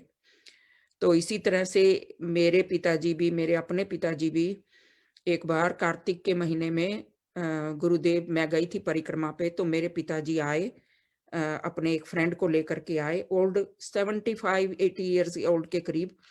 तो फिर आए, गुरुदेव से मिलके गए, गुरुदेव का आशीर्वाद लेके गए और फिर मैं वापस आ गई और बस पिताजी अगले ही दिन पिताजी भी इस संसार को छोड़ के चले गए, 1 हफ्ते बाद ही गुरुदेव के दर्शन करने के बाद। तो फिर मैं गुरुदेव को मैंने फोन किया कि गुरुदेव पिताजी ऐसे चले गए हैं। तो तो गुरुदेव का इतना परिक्रमा पे बिजी और इतना सब कुछ, तो गुरुदेव की एक ईमेल आई और उसमें गुरुदेव ने लिखा कि हमेशा माय डार्लिंग डॉटर बिमला, हमेशा लिखते थे, मतलब माय डार्लिंग डॉटर मतलब बिमला ऐसे लिखते थे वो जब भी ईमेल भेजते थे। तो गुरुदेव ने लिखा कि मैं गौर नित्यानंद से और श्री श्री राधा विनोद बिहारी जी से तुम्हारे पिताजी के लिए प्रार्थना कर रहा हूँ और मैंने उनको ऐसी जगह भेज दिया है जहां उनको उन्नत साधु संग मिलेगा और वो आगे बढ़ते रहेंगे। तो मतलब किस तरह से गुरुदेव मतलब हमारा सारा, मतलब गुरुदेव एक को भी नहीं वो छोड़ते हैं, सबका कल्याण करते हैं। तो मैं पढ़ के बहुत खुश हुई कि पिताजी, गुरुदेव ने पिताजी को ऐसी जगह भेज दिया है। तो और एक बार और मैं नवद्वीप में थी, तो मेरे हस्बैंड पति साथ में थे, तो ये बीमार हो गए और बीमार हो गए तो परिक्रमा 5-6 दिन की तो होती है, तो तेज बुखार मतलब, और शाम को कभी प्रोग्राम में नहीं जा पाते थे, तेज बुखार होता था। सुबह दिन में किसी तरह परिक्रमा करके थक के शाम को बुखार हो जाता था। तो 2 दिन ऐसे बीत गए। तो फिर मैंने कहा 2 दिन तो बीत गए, अब 3 दिन और हैं और इसी तरह से चलता रहा तो बड़ी मुश्किल हो जाएगी। तो फिर मैं गुरुदेव को बताना भी नहीं चाहती थी कि मैं क्या जाके बताऊं भी गुरुदेव ये मेरे पति बीमार हैं। तो और उन दिनों मठ भी नहीं बना था, खाली टेंट के नीचे ही गुरुदेव का प्रोग्राम होता था। तो फिर तीसरा दिन जब हो गया और अगले दिन नरसिंहपल्ली की परिक्रमा थी, तो इनको बहुत तेज बुखार था। तो मैं इनको दवाई दुई दे के और कंबल वगैरह उड़ा के और मैं प्रोग्राम में चली गई। तो फिर मैंने कहा मैं आज गुरुदेव को तो आज बताऊंगी, क्योंकि फिर कल अगर इनका बुखार ठीक नहीं हुआ तो परिक्रमा मेरी भी, मैं भी नहीं जा पाऊंगी और ये भी नहीं जा पाएंगे।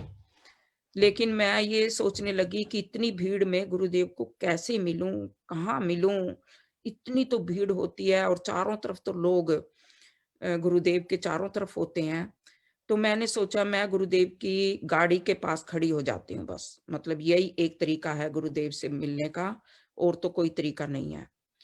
तो गाड़ी के पास, मैं गुरुदेव की गाड़ी के दरवाजे के पास खड़ी हो गई और गुरुदेव प्रोग्राम करके जो भीड़ में से 15-20 हजार लोग नवद्वीप में, जो भीड़ में से गुरुदेव आ रहे हैं और इतनी धक्कम धक्की और मतलब भीड़ उमड़ रही है कि मतलब कोई एक जगह तो खड़ा हो ही नहीं सकता। लेकिन फिर भी मैं गाड़ी का वो दरवाजे को पकड़े मैं खड़ी रही। मैंने कहा जिस किसी तरह से भी हो मैं खड़ी रहूंगी। तो फिर मैं खड़ी रही और इतनी भीड़ उमड़ के आई कि मतलब मैं वहां रह नहीं सकी। मेरे को भीड़ ने एकदम बस नीचे गिरा दिया दबा के, मतलब। और गुरुदेव बिल्कुल जैसे माधव महाराज जी के कंधे को पकड़े हुए बिल्कुल 5-7 कदम ही आगे थे बस। लेकिन मैं नहीं रह पाई क्योंकि भीड़ एकदम। तो गुरुदेव ने एकदम माधव महाराज के कंधे को छोड़ा और एकदम भीड़ में से भागे और भाग के मेरे को नीचे से उठाया। मतलब एकदम क्रश सी हो गई थी मैं, और एकदम मेरे को उठाया भीड़ में से और उठा के अपने सामने खड़ा कर लिया। ने बोले बेटी क्या बात है। फिर मैंने कहा गुरुदेव मेरे पति को 2-3 दिन से बुखार आ रहा है, ना प्रोग्राम में आ पा रहे हैं, और कल परिक्रमा पे पता नहीं जा पाएंगे या नहीं। तो बस गुरुदेव बोले कोई चिंता ना करो, बस ये बोले कि कोई चिंता ना करो, और मेरे को बड़ी आराम से उस भीड़ में से निकाल के मेरे को बाहर कर दिया गुरुदेव ने। तो मैं बस एकदम बस मतलब एकदम मैं बस एकदम विभोर हो गई, मतलब गुरुदेव की ये देख के कि कैसे उन्होंने मेरे को उठाया। और बस फिर मैं महाप्रभु जी के आगे, वो टेंट के नीचे जो मंदिर बनाया हुआ था, वहां आके मैं रोने लगी और महाप्रभु जी से प्रार्थना करने लगी कि हे महाप्रभु जी, आपके बारे में सुना है, आप बहुत महावदन्याय हो, बहुत महावदन्याय हो, लेकिन आपके जो ये प्रिय है, ये तो बहुत ही महावदन्याय है। मतलब ये रोते रोते मैंने प्रार्थना करके मैं वहां से चली गई। और मैंने कहा मैं जाके इनको देखती हूँ, क्योंकि बुखार में छोड़ के आई थी, मैं भाग रही थी कमरे की तरफ, और भाग रही थी तो बस रास्ते में एक जगह एक आवाज आई, बिमला बिमला बिमला। मैंने कहा ये तो इनकी आवाज है, ये यहाँ पे कैसे आ गए। तो ये बोले बिमला इधर आ। मैंने कहा आप यहाँ कैसे, आपको तो इतना तेज बुखार था। बोले मैं तो बिल्कुल ठीक हो गया हूँ, मेरे को कोई बुखार नहीं है, और मैं तो बिल्कुल ठीक हूँ, मैं प्रसाद पा रहा हूँ, तुम भी आओ यहाँ प्रसाद पा लो। और मैंने भी वहां प्रसाद पाया, और मैं तो हैरान हो गई देख के कि मतलब ही कंप्लीटली नॉर्मल। फिर मतलब मैंने कहा, मैं सोचती रह गई। फिर ऊपर कमरे में गए, फिर कमरे में भी आके ये दोबारा बोल के गए कि मैं बिल्कुल ठीक हूँ, तुम विश्राम करो, चिंता ना करो, और हम कल परिक्रमा पे जाएंगे। और देखो इतना तेज बुखार था, और अगले दिन नरसिंहपल्ली की परिक्रमा पूरी पैदल परिक्रमा करी। मतलब तो ये गुरुदेव की मतलब कैसे शब्दों में उसको बखान नहीं किया जा सकता। ऐसी ऐसी बातें गुरुदेव की हैं। और एक दो और बहुत ही सुंदर सुंदर यहाँ पे बातें कि एक बार हम अलाचुआ में गुरुदेव की व्यास पूजा थी, तो हम लोग चारों जने, दोनों बच्चे और हम, बड़ी मुश्किल से हम लोग गए, सोचा कि गुरुदेव की व्यास पूजा पर जाएंगे। और हम रात को पहुंचे, 10-11 बजे वहां पहुंचे, होटल में रुके, और हमने सोचा कि गुरुदेव की व्यास पूजा 9 से पहले नहीं शुरू होने वाली, 9 साढ़े 9 के बीच में होगी। तो हम उसी हिसाब से निकले घर से, मतलब होटल से, और काफी दूर था। तो हम पहुंचे उस जगह पे, उस हॉल में जहां गुरुदेव की व्यास पूजा होने वाली थी। तो मतलब जैसे ही हम गेट हॉल में पहुंचे, सबसे पीछे, और पूरा हॉल भरा पड़ा, कीर्तन हो रहा, गुरुदेव वहां आके बैठे, सब लोग बैठे। और मतलब जैसे ही हम अंदर एंटर किया, गुरुदेव ने दूर से ही मतलब देखा, और एकदम दूर से ही मतलब स्माइल दी, खुशी की, मतलब कि हम लोग पहुंच गए हैं। और पहुंचते ही गुरुदेव ने बोला चलो व्यास पूजा शुरू करो। तो मतलब, और मैं धीरे धीरे भीड़ में से आगे होती हुई गुरुदेव के पास पहुंच गई। और वहां पे मैंने भक्तों से पूछा कि व्यास पूजा कब से आप लोग यहाँ प्रोग्राम हो रहा है। बोले गुरुदेव तो 6:30 बजे आ गए थे सुबह, और हम लोग पहुंचे 9:30 बजे। तो बोले गुरुदेव यहाँ 6:30 बजे के बैठे हैं, और सब लोग व्यास पूजा का इंतजार कर रहे हैं, लेकिन गुरुदेव आज्ञा ही नहीं दे रहे हैं। और इसमें मैं अपनी तो क्या बताऊं, कि जैसे ही हम पहुंचे, गुरुदेव बोले कि बस हंस के खुश हुए और व्यास पूजा शुरू करो। तो इतना मुझे अंदर से फील हुआ कि गुरुदेव हमारी कैसे इंतजार कर रहे थे। मतलब 3 घंटे से यहाँ बैठे हुए हैं, और हम पतितों का, हम कहीं के नहीं, किसी लायक नहीं, और गुरुदेव वहां पर हमारी इंतजार कर रहे थे। ऐसा मन में एकदम ये भावना आई कि गुरुदेव हमारी इंतजार कर रहे थे। मतलब मैं आपको बता नहीं सकती मैं कैसे, मतलब उस समय मेरे हृदय में ऐसे भावनाएं आई, मैं बता नहीं सकती आपको कि गुरुदेव कितना प्यार करते हैं, कितना प्यार करते हैं, कितनी केयर करते हैं। और एक दो बातें जैसे गुरुदेव की अम, कि यहाँ पे एक गीता कॉन्फ्रेंस हुई थी एक बार ह्यूस्टन में, तो उसमें बहुत बहुत बड़े-बड़े संतों को बुलाया गया था और सिटी के बहुत अच्छे-अच्छे विद्वान लोगों को बुलाया गया था। तो मैंने भी गुरुदेव का नाम लिखवा दिया था कि मेरे गुरुदेव जी आ रहे हैं, तो वो भी यहाँ पर ज़रूर बोलेंगे। तो जिस व्यक्ति ने ऑर्गेनाइज़ किया था, ऑर्गेनाइज़र्स को मैंने पहले ही गुरुदेव का नाम लिखवा दिया था। तो गुरुदेव वहाँ गए कॉन्फ्रेंस में, हम सब लोग भी गए और सब लोगों ने, और टॉपिक ये था कि how Gita makes one person fearless, ये टॉपिक था, हाउ गीता मेक्स फियरलेस। तो सब लोग अपने अपने विचार प्रकट कर रहे थे और फिर गुरुदेव की भी बारी आई। तो उससे पहले एक बड़ी एक महिला संत थी, उसने भी विचार प्रकट करे। तो गुरुदेव ने एक ऐसा पॉइंट बोला जो किसी ने नहीं बोला था, कोई सोच भी नहीं समझ सकता था। तो गुरुदेव ने बोला कि मतलब गुरुदेव ने ये बोला कि मैं उसको अच्छी तरह से फ्रेज करने की कोशिश करूंगी कि गुरुदेव ने बोला कि गीता फियरलेस बनाती है, लेकिन बहुत मतलब फियरलेस तो डाकू चोर भी होते हैं, वो चोरी करते हैं, लोगों को लूटते हैं, वो भी फियरलेस होते हैं। लेकिन गीता भक्ति में फियरलेस बनाती है, भक्ति के कामों में फियरलेस बनाती है कि साधक को भक्ति के काम करने में उसको कोई घबराहट नहीं होती। और फिर गुरुदेव ने बोला कि हमें चोर डाकुओं की तरह फियरलेस नहीं बनना है। मतलब ये मेन पॉइंट था कि हमें चोर डाकुओं की तरह फियरलेस नहीं बनना है।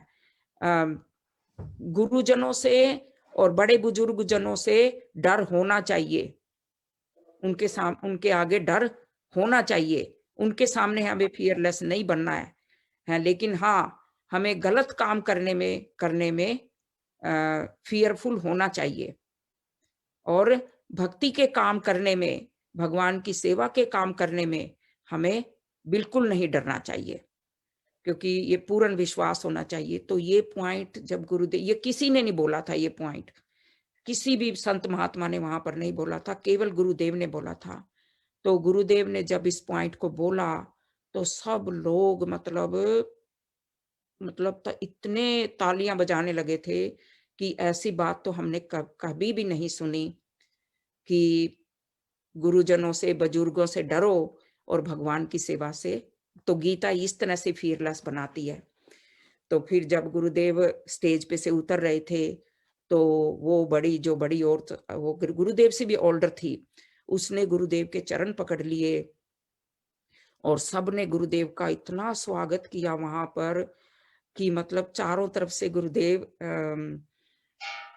भीड़ ने घेर लिया और गुरुदेव का इतना वहां पर स्वागत हुआ और तालियां बजी। मतलब मैं बता नहीं सकती कि गुरुदेव कितने वहां पे, किस तरह से गुरुदेव ने वहां पर बोला। फिर हम घर आए तो गुरुदेव को हमने बताया कि गुरुदेव आपने ये जो पॉइंट बोला है ये तो कभी भी सुनने को नहीं मिला। तो फिर गुरुदेव बड़े खुश हो गए कि तुम लोगों ने मेरे पॉइंट को पकड़ लिया। तो गुरुदेव बड़े खुश हुए इस बात पे। और एक बार हमारे घर पे इंटरव्यू हुआ गुरुदेव का, योगा टीवी वाले आए थे, तो गुरुदेव का इंटरव्यू ले रही थी एक लेडी थी। तो उसने गुरुदेव से पूछा कि आप इस उम्र में भी इतनी सब जगह ट्रैवल कर रहे हो और आप इतने हेल्दी और हैप्पी लग रहे हो, what is the reason of your longevity and happiness. तो गुरुदेव ने बोला कि मेरे हजारों हजारों घर हैं और मेरे हजारों हजारों बेटे बेटियां हैं, लेकिन मैं किसी से अटैच नहीं हूँ, मैं किसी से भी अटैचमेंट मेरी नहीं है। मैं मतलब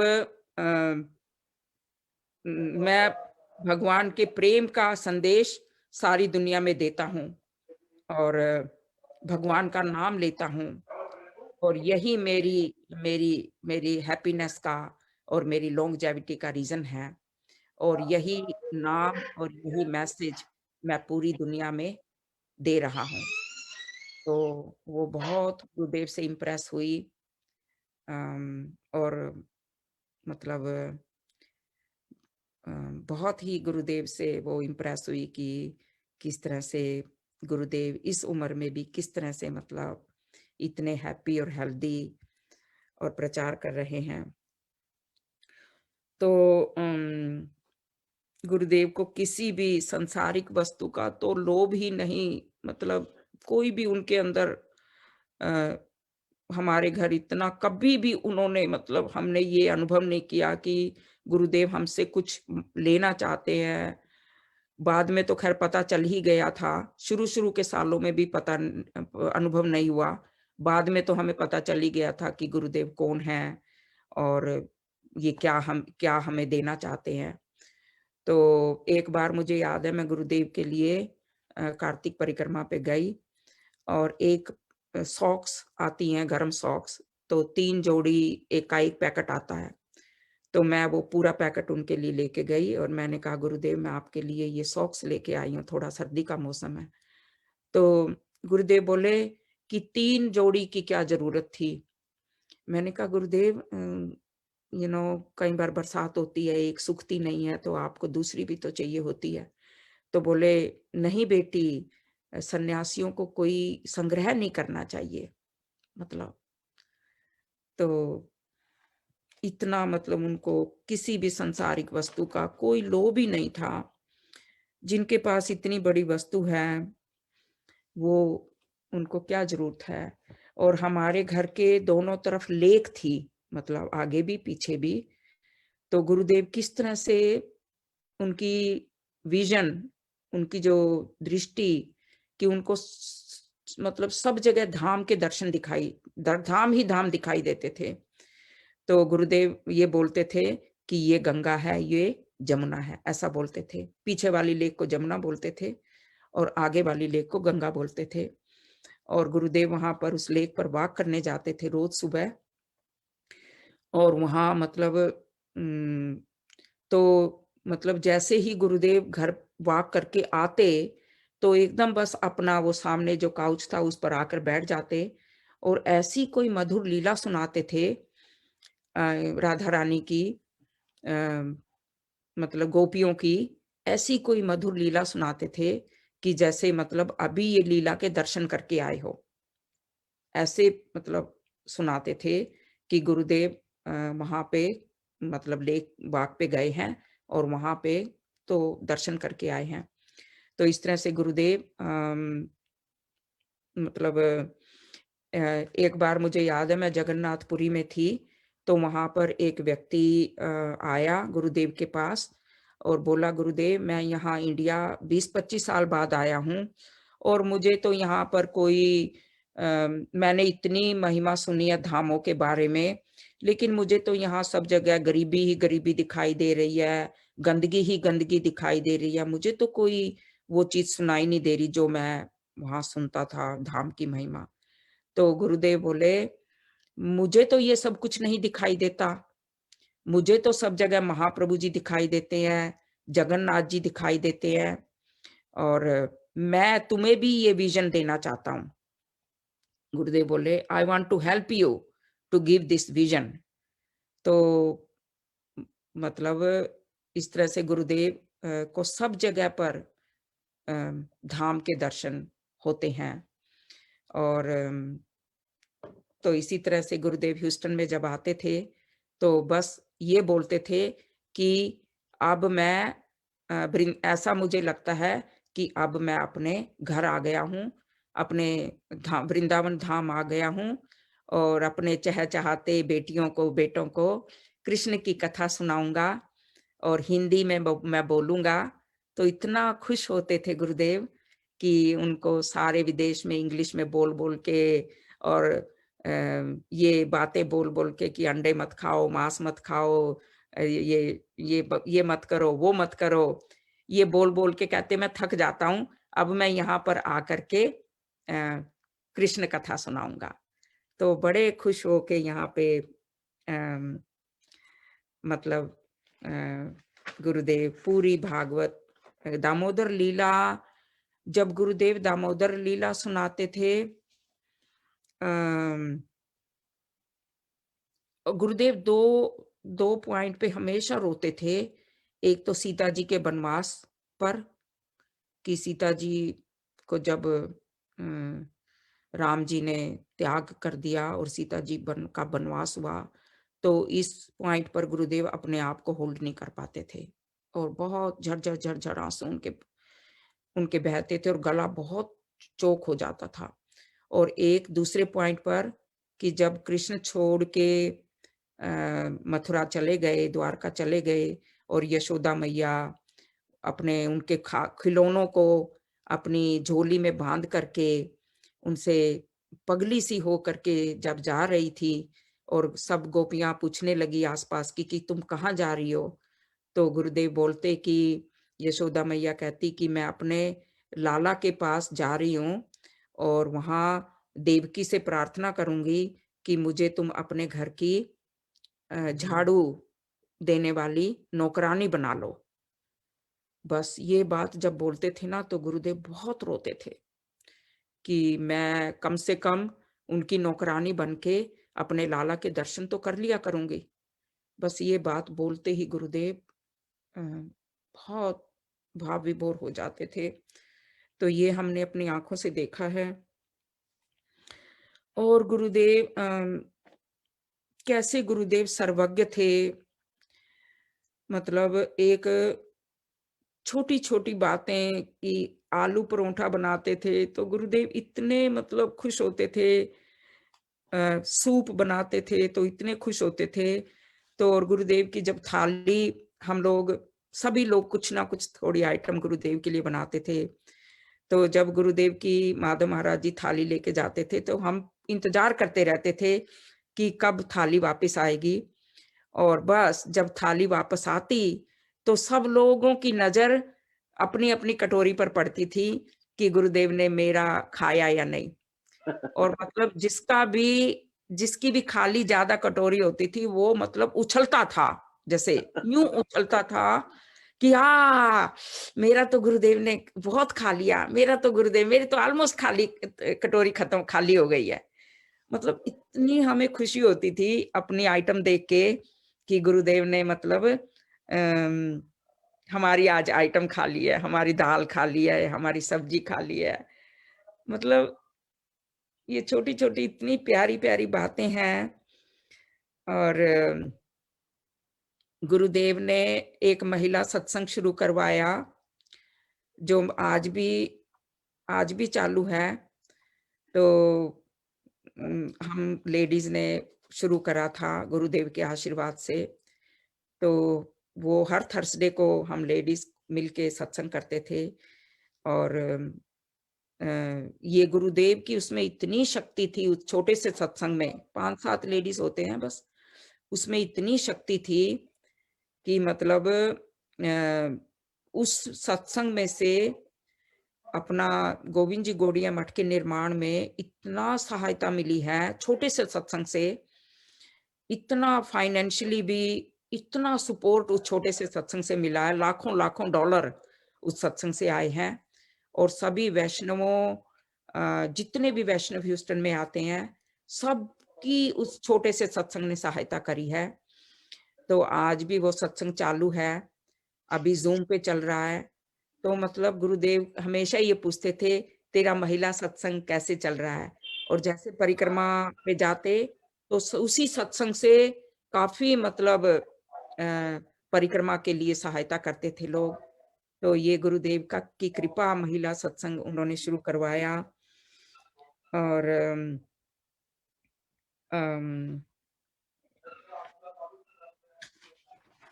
तो इतना प्यार, ममता और स्नेह मतलब गुरुदेव ने दिया है कि मतलब हजारों माता पिता भी नहीं दे सकते। और भी बहुत सारी यादें हैं, पर अब मैं आई थिंक मैं यहाँ पर, और भी बहुत सारी यादें हैं। तो मैं गुरुदेव से प्रार्थना करती हूँ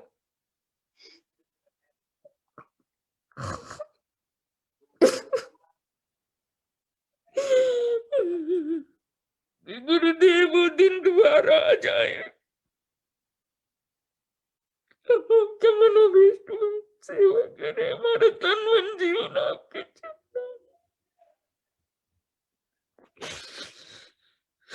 थैंक यू विजय प्रभु। हरे कृष्ण।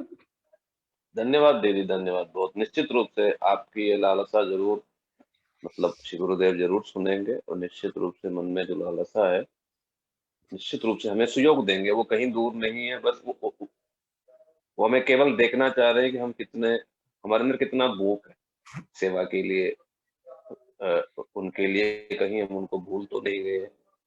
तो और इसलिए ये विरह रूपी गुरुदेव ने गोविंद जी गौड़िया मठ का निर्माण करवाकर उनकी कृपा से मतलब कैसे ये मठ का निर्माण हुआ और कैसे ये मठ चल रहा है, इसकी तो मतलब कहानी का अंत ही नहीं है। मतलब कैसे गुरुदेव यहाँ पर हमारी रक्षा कर रहे हैं, अपने इस मठ को चला रहे हैं, और कैसे उन्होंने निर्माण करवाया है। एक चीज पर उन्होंने कैसे मतलब हमारे को अपने हाथों से करवाया है। It's amazing, it's really amazing. आप सब लोगों ने, मैं कहना चाहूंगा जब दीदी ने नाम लिया है, मैं कहना चाहूंगा वहां की जो जो मठ है, इन सारे लोगों ने मिलकर बड़े मुश्किल से, बड़े गुरुदेव की प्रेरणा से फिर बनाया है। तो वहां की विशेषता क्या है, वहां की जो सेवा है, ठाकुर जी की जो सेवा है, श्रृंगार है, प्रसाद, इस सारी महिला मंडली है लगभग, मतलब 8-10 लोग हैं शायद, मेरे ख्याल से 15 लोग हैं शायद। ये सब टर्न्स ले, मतलब घर गृहस्थी है सब कुछ, और दूर दूर भी रहते हैं कई सारे लोग, फिर भी टर्न्स लेकर के मंडे को मैं प्रसाद की सेवा मेरी है, ट्यूसडे को श्रृंगार की सेवा इसकी है, ऐसा टर्न्स लेके आओ। वो भी लगातार, मतलब ये 2-3 साल से लगातार, इससे भी ज्यादा मेरे ख्याल से चल रहा है, 8 मतलब साल इतने होने समय। वाले हैं। हाँ सॉरी, हो हाँ, 8 साल से लगातार कर रहे हैं ये इनकी फैमिली। आप कल्पना तो कर सकते हैं इस चीज की। हमारे यहाँ तो सेवा करने को कहने से ही मतलब आपत पड़ जाता है, मतलब क्यों बोला, जैसा मतलब किस लिए बोला, पता नहीं क्या इनसे ले लिया चीजें। तो यहाँ इन लोगों ने स्वयं जिम्मेदारी लेकर के, क्योंकि वहाँ लोग है ही नहीं, क्योंकि मतलब विदेश है, नौकर तो है ही नहीं कोई आकर के काम करे, कोई चीज, हर काम स्वयं ही वहां पर करना होता है। इसलिए ये सारे लोग जो हैं, घर गृहस्थी भी है, दूर है, 1.5 घंटे का रास्ता भी है, फिर भी जा जा करके सारी प्रसाद, और प्रसाद भी साधारण सा नहीं, 56 भोग के सारा, फिर श्रृंगार, और भी ठाकुर जी कैसे केवल राधा कृष्ण नहीं, राम दरबार भी है, गौर नित्यानंद प्रभु भी है, राधा गोविंद देव भी हैं, इतने सारे विग्रहों का श्रृंगार, सब सब कुछ कर रहे हैं लगातार। मतलब ये केवल श्री गुरुदेव की ही कृपा से सब लोग जुड़े हुए हैं, सब चल रहा है, नहीं तो उनकी कृपा के बिना इतने लंबे समय तक ये काम चल पाना संभव ही नहीं है। और इस कार्य में विमला दीदी का बड़ा एक योगदान रहा है। पहले ये दूर रहते थे, है। वहां से ये बिल्कुल पास में शिफ्ट, बिल्कुल मठ के पास में शिफ्ट हो गए हैं, ताकि मठ की कुछ जिम्मेदारी और कुछ रिस्पॉन्सिबिलिटी, कुछ देखभाल भी हो जाए। ये इनकी बड़ी सेवा, क्योंकि अभी ये फ्री हैं थोड़ा सा जिम्मेदारियों से, और इसलिए दीदी जो है वो सब रिस्पॉन्सिबिलिटी ले ली है कि, तो निश्चित रूप से केवल विजय सभी गुरुदेव, की कृपा से हो रहा है, और सभी लोग मिलके कर रहे हैं। मैं अकेली नहीं कुछ भी कर रही हूँ, सभी लोग मिलके कर रहे हैं। बिल्कुल बिल्कुल, वो है गुरुदेव आरती दीदी, और चक्रवर्ती फैमिली, बिंदु हाँ, चक्रवर्ती दीदी, सभी और मिलके कर रहे हैं, सब सभी सब वो लोग बहुत सारे हैं।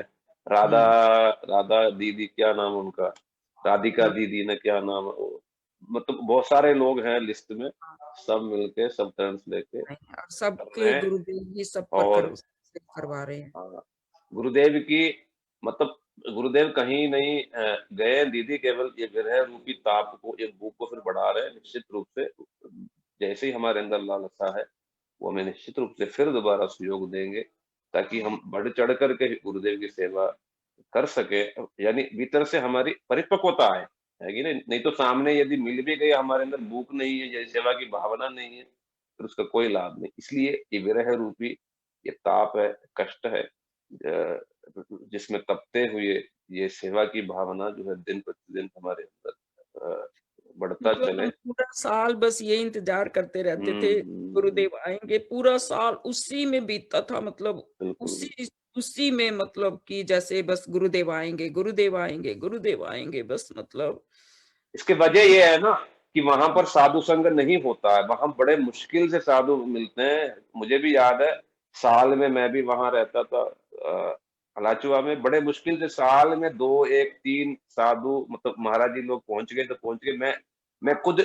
मैंने खुद श्री गुरुदेव को, जब बजनाथ को चिट्ठी लिखा था मैंने कि आप कृपा करके सन्यासियों को बोलिए कि टर्न्स लेकर के आए, या सारे आते हैं एक साथ आ जाते हैं तो हमें साल भर मतलब मिल नहीं पाता।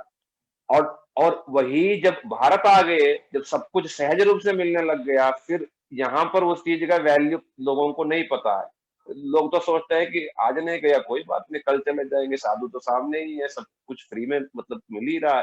तो वहां पर साधु संग नहीं है, इसलिए लोग तरस जाते हैं कि कब आएंगे, कैसी होगी, क्या होगा, है ना। ये इस पीछे वजह है। बहुत बहुत आपके हृदय स्पर्शी आपके जो ये पुष्पांजलि और स्मरणों के लिए धन्यवाद। प्रभु जी कहाँ है? तो मिल नहीं रहे मुझे। अभी ये आ गए हैं, हाँ 5 ठीक है, मिनट ठीक, बेटो अभी बोले। अब तो लेट हो गया नहीं काफी। नहीं लेट नहीं हुआ, खूब टाइम है। बैठो तो सही आप, बैठो। काफी लेट हो गया नहीं। ओ नहीं अभी मैं बैठो आप, टाइम है वो तो। नहीं, अभी सुन रहा था प्रभु जी, अभी रहने दो, अभी ऑफिस से नहीं टाइम है, बस 5-10 मिनट बोल लो, टाइम खूब है। वो हम 10:15 10:30 तक मतलब चला लेते हैं सब। बोलो आप बोलो। नहीं, मैं तो 5 मिनट ही बोल लूंगा। हाँ ठीक है, 5 मिनट बोलो बस, काफी है। ठीक है, बोलो तो सही। वांछा कल्पतरुभ्यश्च कृपा सिन्धुभ्यश्च पतितानां पावनेभ्यो वैष्णवेभ्यो नमो। फर्स्ट गुरुदेव के चरणों में कोटि कोटि दंडवत। एंड अभी अचानक एकदम वो हो गया, चेंज हो गया। बट सबसे पहले मैं ये बताना चाहता हूँ कि गुरुदेव जब फर्स्ट ईयर आए तो मैं गुरुदेव को कुछ नहीं जानता था। विष्णु प्रभु ने मेरे से रिक्वेस्ट किया कि आप गुरुदेव के लिए पेपर वर्क वगैरह अप्लाई करो, और मैं एग्री हो गया तो अप्लाई कर दिया। तो अब मेरे गुरुदेव के बारे में कुछ भी पता नहीं था। तो और मेरी तबीयत भी थोड़ी ढीली रहती थी उस टाइम। तो अचानक जब गुरुदेव को विष्णु प्रभु घर पे लेके आए एयरपोर्ट से, तो मेरे आंखों में आंसू आ गया। वैसे ही मेरे को कुछ पता नहीं था गुरुदेव के बारे में। तो मेरे को भी नहीं पता कि मेरे आंखों में आंसू आए हैं इतने ज्यादा कि मतलब।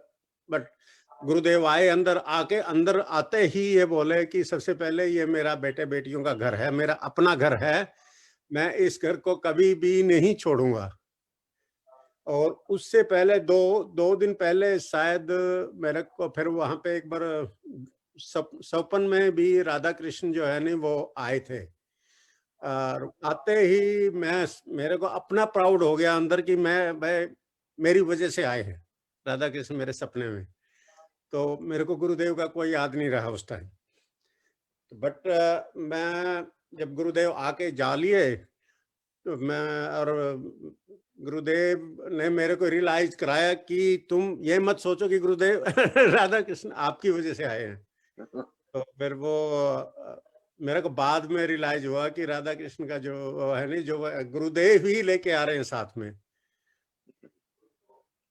तो ये सबसे पहली घटना मेरे साथ हुई है। और वो 2 दिन पहले ही गुरुदेव आने से पहले ये मेरे को ड्रीम आया था। उस टाइम मेरे को ये लगा कि मैं मेरे परिवार के बगैर मैं नहीं जाऊंगा कहीं पे भी। बट ये तो किसी का वो है नहीं। उसके बाद ये गुरुदेव जो है वो एक बार मैं बहुत ज़्यादा सिक हो गया था। तो सिक होने के बाद मैंने यहाँ पे ह्यूस्टन में ही तो डॉक्टर ने बताया कि तुम्हारे को ये डिफरेंट तरह की बीमारी है जो मतलब दूसरे को भी बीमार कर सकती है। छूने डॉक्टर ने बताया जैसे, फिर मैंने गुरुदेव को कॉल किया कि भाई गुरुदेव नेक्स्ट डे आने वाले थे वहाँ ह्यूस्टन में। तो गुरुदेव को कॉल किया, महाराज जी ये प्रॉब्लम है, मैं कैसे करूं बताओ आप, या तो मैं किसी होटल में चला जाता हूं या फिर आप जैसे भी करना चाहें बताओ। बोला ना तुम्हारे को कुछ नहीं होगा, मैं आ रहा हूं यहीं पे, तुम्हारे को बिल्कुल कोई 100% कुछ भी नहीं है।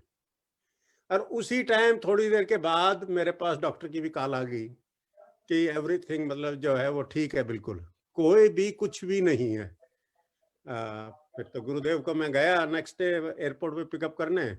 तो गुरुदेव ने जो मेरी जनरल दूसरे लोगों से बात हुई तो उन्होंने बताया कि ये इस चीज़ का ये प्रॉब्लम है, ये इन लोगों को होती है, मैक्सिकनों को ज़्यादा होती है या उसको ज़्यादा होती है। तो गुरुदेव मेरे को खुद ही कहने लगे, जो भी मेरी जिससे बात हो रही थी, कि तुम ये इन लोगों को ज़्यादा होती है, ये होती है, वो होती है। ये एकदम सरप्राइज, गुरुदेव को कैसे पता लगा? तो he knows everything what is going on. या तो बट फिर गुरुदेव खुशी खुशी इनको लेके आए या घर पे जैसे भी है वो। एक बार मैं ब्राजील में गुरुदेव की व्यास पूजा पे गया था और मैं एक दिन लेट पहुंचा वहां पे। तो गुरुदेव को पता था और वो वेट कर रहे थे और मैं पिछले गेट से इंटर हुआ वहां पे, होटल कोई बड़े होटल में था प्रोग्राम। इंटर गुरुदेव ने देख लिया और दूर से ही बोले यू आर 1 डे लेट। तो फिर वहाँ के लोगों ने, जो वहाँ पे डिवोटी थे प्रोग्राम में, उन्होंने सोचा कि मैं बहुत बड़ा आदमी हूँ। ऐसा कुछ था नहीं। और गुरुदेव ने मेरे को ऊपर बुला लिया स्टेज पे, और मेरे को और मेरे साथ बाबू भाई भी थे। तो वो थोड़ा 1-2 मिनट लेट थे, मेरे पीछे थे, तो बट उनको वो भी साथ में आ गए। तो वो वहाँ पे कोई रूम अवेलेबल नहीं था, वहाँ पे होटलों में कोई भी रूम अवेलेबल नहीं था। तो अचानक वहाँ के डिवोटी ने सोचा कि मैं बहुत बड़ा आदमी हूँ, तो उन्होंने एकदम बेस्ट रूम वहाँ पे हमारे लिए वो कर दिया तैयार। तो हम लोगों को बहुत ही वहाँ पे मतलब वो हुआ कि भाई हम इतना वो करने के लिए नहीं आए, बट उन्होंने सबसे बेस्ट होटल में जो भी रूम था वो हमें दे दिया। तो गुरुदेव पता नहीं कहाँ से कैसे वो करते थे, दूर से ही हम प्रॉब्लम को सोल्व कर देते थे। और एक बार ये क्या नाम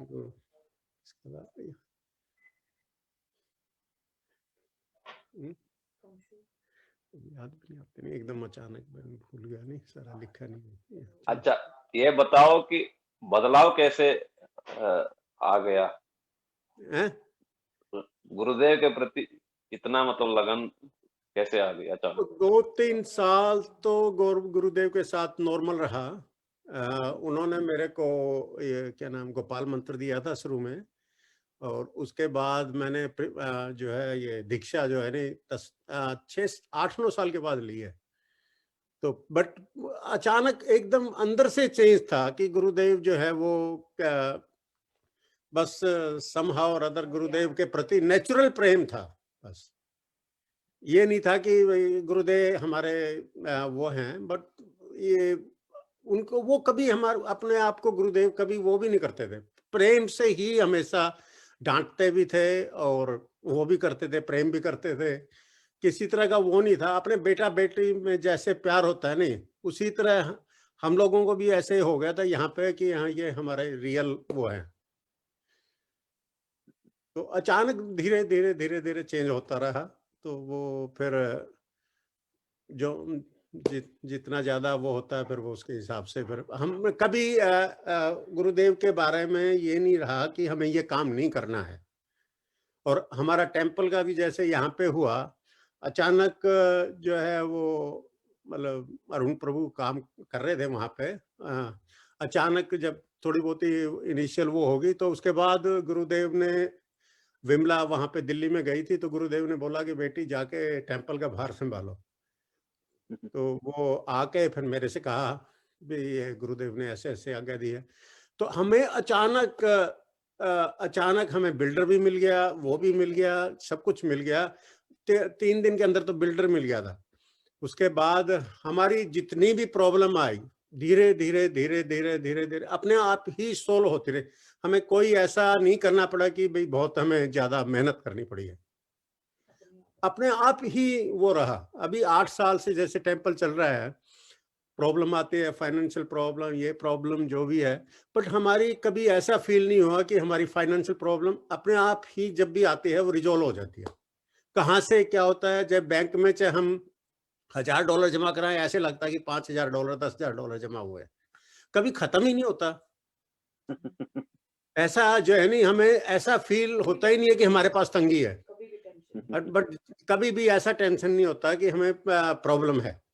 हम चाहे 1000 जमा कराएं महीने में, बट फिर भी हमारा काम जो है नहीं बहुत अच्छी तरह चलता है। कहाँ से कैसे होता है, क्या होता है, मालूम नहीं है, वो तो गुरुदेव ही जाने। बट समहाउ और अदर गुरुदेव की मर्सी है, तो हम बिल्कुल बिल्कुल या उनकी कृपा से ही मतलब सब कुछ चलता है, और जो पैसा हम लगाते हैं वही उसका 2 गुना भी करा देते हैं, उसी से मठ भी चलाते हैं। मालूम नहीं है हमें, चाहे $20,000 की जरूरत है, $50,000 की जरूरत है, $10,000 की जरूरत है, या 1000 की जरूरत है, कहाँ से आता है, कैसे आता है, नोबडी नोज। उनका मठ है, वो चलाते हैं जैसा तैसा कर। कैसे बैंक में अपने आप ऐड हो जाता है मालूम भी नहीं है, कुछ पता नहीं है कैसे आता है, बट पैसा देने के लिए आ जाता है सबके। इस कोरोना के समय में भी, कोरोना के समय में भी, कोरोना के समय में भी कोई प्रॉब्लम नहीं आई। एक आध महीना कभी कभी होता है, बट वो कुछ भी हमें फील नहीं होता कि हमें तंगी है, बिल्कुल भी। कोरोना के टाइम में भी हमारा जैसे ऑलमोस्ट 1 साल हो गया, तो गाड़ी भी ली, अभी गाड़ी भी ली है इस महीने। तो कहीं से हम लोगों को जैसे भी है, यहाँ पे डिवोटी जितने भी हैं सब मेहनत करते हैं, और सब अपने अपने एरिया में वो हैं। कभी कोई वो नहीं हुआ, 1% भी हमें ये फील नहीं हुआ कि हमें तंगी है।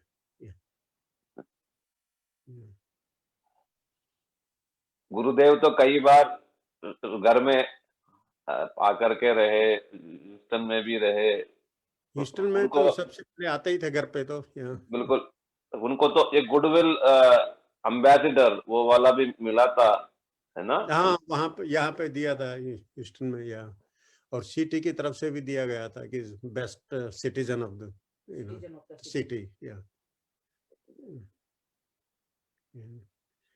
और कुछ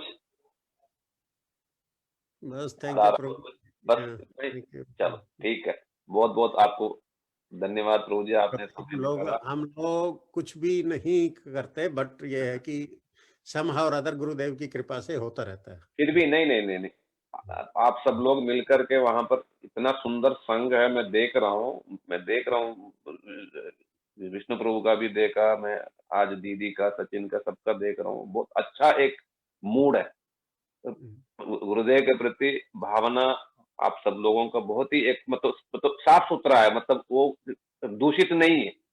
तो ये मतलब देख के बहुत ही मतलब प्रभावित हो रहा हूँ, और बहुत ही सुंदर रूप से आप सब लोगों ने मिलजुल के संभाला, वहां पर कथा कीर्तन पर ध्यान दिया है और सब चीजों पर ध्यान दिया है। ये तो उसी का नतीजा है। तो इसलिए गुरुदेव की विशेष कृपा दिख रही है, मतलब शब्दों में, भावनाओं में। एक ही प्रार्थना है कि हर जन्म हम जितने भी जन्म हो या जो भी हो, आप वो हमारे वो रहे बस। सबके लिए, हाँ बिल्कुल बिल्कुल बिल्कुल, गुरुदेव ही हमारे सर्वस्व हो, सब जन्मों में हो, है कि नहीं? हम ये भी इच्छा नहीं है कि भगवान कृष्ण के पास जाके उनसे वो करें या करें, जो भी गुरुदेव करेंगे वो करेंगे, उनके ऊपर। बस स्टीयरिंग व्हील से गुरुदेव को दे दो, जहां जहां ड्राइव करना चाहें वहीं जाएं। ठीक है प्रभु जी, बहुत बहुत धन्यवाद। ये हमारे विमला दीदी सुशील प्रभु जी हैं, और इनके बेटे सचिन, इनसे हम लोगों ने गुरुदेव के बारे में और इनकी जो मधुर स्मृतियां वो हम लोगों ने सुना। बहुत ही मतलब हार्ट टचिंग था सब। यहाँ मतलब देख सकते हैं कि दूषित नहीं है चीजों से, क्योंकि वो सारे ना फोकस्ड हैं, मतलब ज्यादा डिस्टरबेंस नहीं है चीजों से। यहाँ की तरह थोड़ा सा मतलब डिस्टरबेंस है चीजों में, वो नहीं है। बड़े ही अच्छा, वहाँ क्या साधु संग नहीं मिलता इसलिए तरसते हैं। यहाँ वो तरस नहीं है, क्योंकि सहजता से मिल जाता है चीजें सब, है ना। ये एक बहुत बड़ा डिफरेंस है, बहुत बड़ा डिफरेंस है। नहीं नहीं आप भी आइए, अब तो आपके पास वीसा है नहीं शायद? नहीं नहीं, वीसा नहीं है, वीसा नहीं है, वीसा प्रभु आप जरूर जरूर आइए हमारे हाँ, घर पे, ठीक है, अपने ठीक है। घर पे रहिए, गुरुदेव के घर हाँ पे। बिल्कुल बिल्कुल बिल्कुल बिल्कुल। वो मुझे तो वो आपके पुराना वाला जो घर है ना, जो मतलब दो नदियों के बीच में था, वही वाला स्मरण है मुझे। स्नूकर खेलते थे हम लोग सारे। हाँ, ऊपर में सब माधव महाराज, बजनाथ, वो सब मिलके स्नूकर खेलते थे चुप चुप के। तो यही याद, और नीचे जो सोफा में टहलते थे, वापस आके फिर बैठते थे, सब मुझे मतलब स्मरण आ गया सारा। सब फिर टहलने जाते थे, सामने पार्क था, पार्क में बैठते थे सामने। सब कुछ याद आ रहा, पुराने दिन सब। चलो ठीक है, गुरुदेव की कृपा होगी और उनकी संयोजना रहेगी तो देखो कहाँ ले जाते हैं, क्या करते हैं, बस यहाँ पे भी लेके जाएंगे, उनके ऊपर छोड़ दिया सारा सब बस। हाँ, जो बहुत जहाँ अच्छा। पे भी लेके जाएंगे वो ठीक होगा। जहाँ जैसा अगर कराना चाहते हैं बस। यहाँ पे भी जो भी है जैसे भी बिल्कुल होगा बिल्कुल वो ठीक ही होगा। बिल्कुल बस बिल्कुल यही। ठीक ही होगा, बिल्कुल ठीक कह रहा, बिल्कुल ठीक। ठीक है प्रभु जी, ओके। हरे कृष्णा, दंडवत प्रणाम, हरे कृष्णा।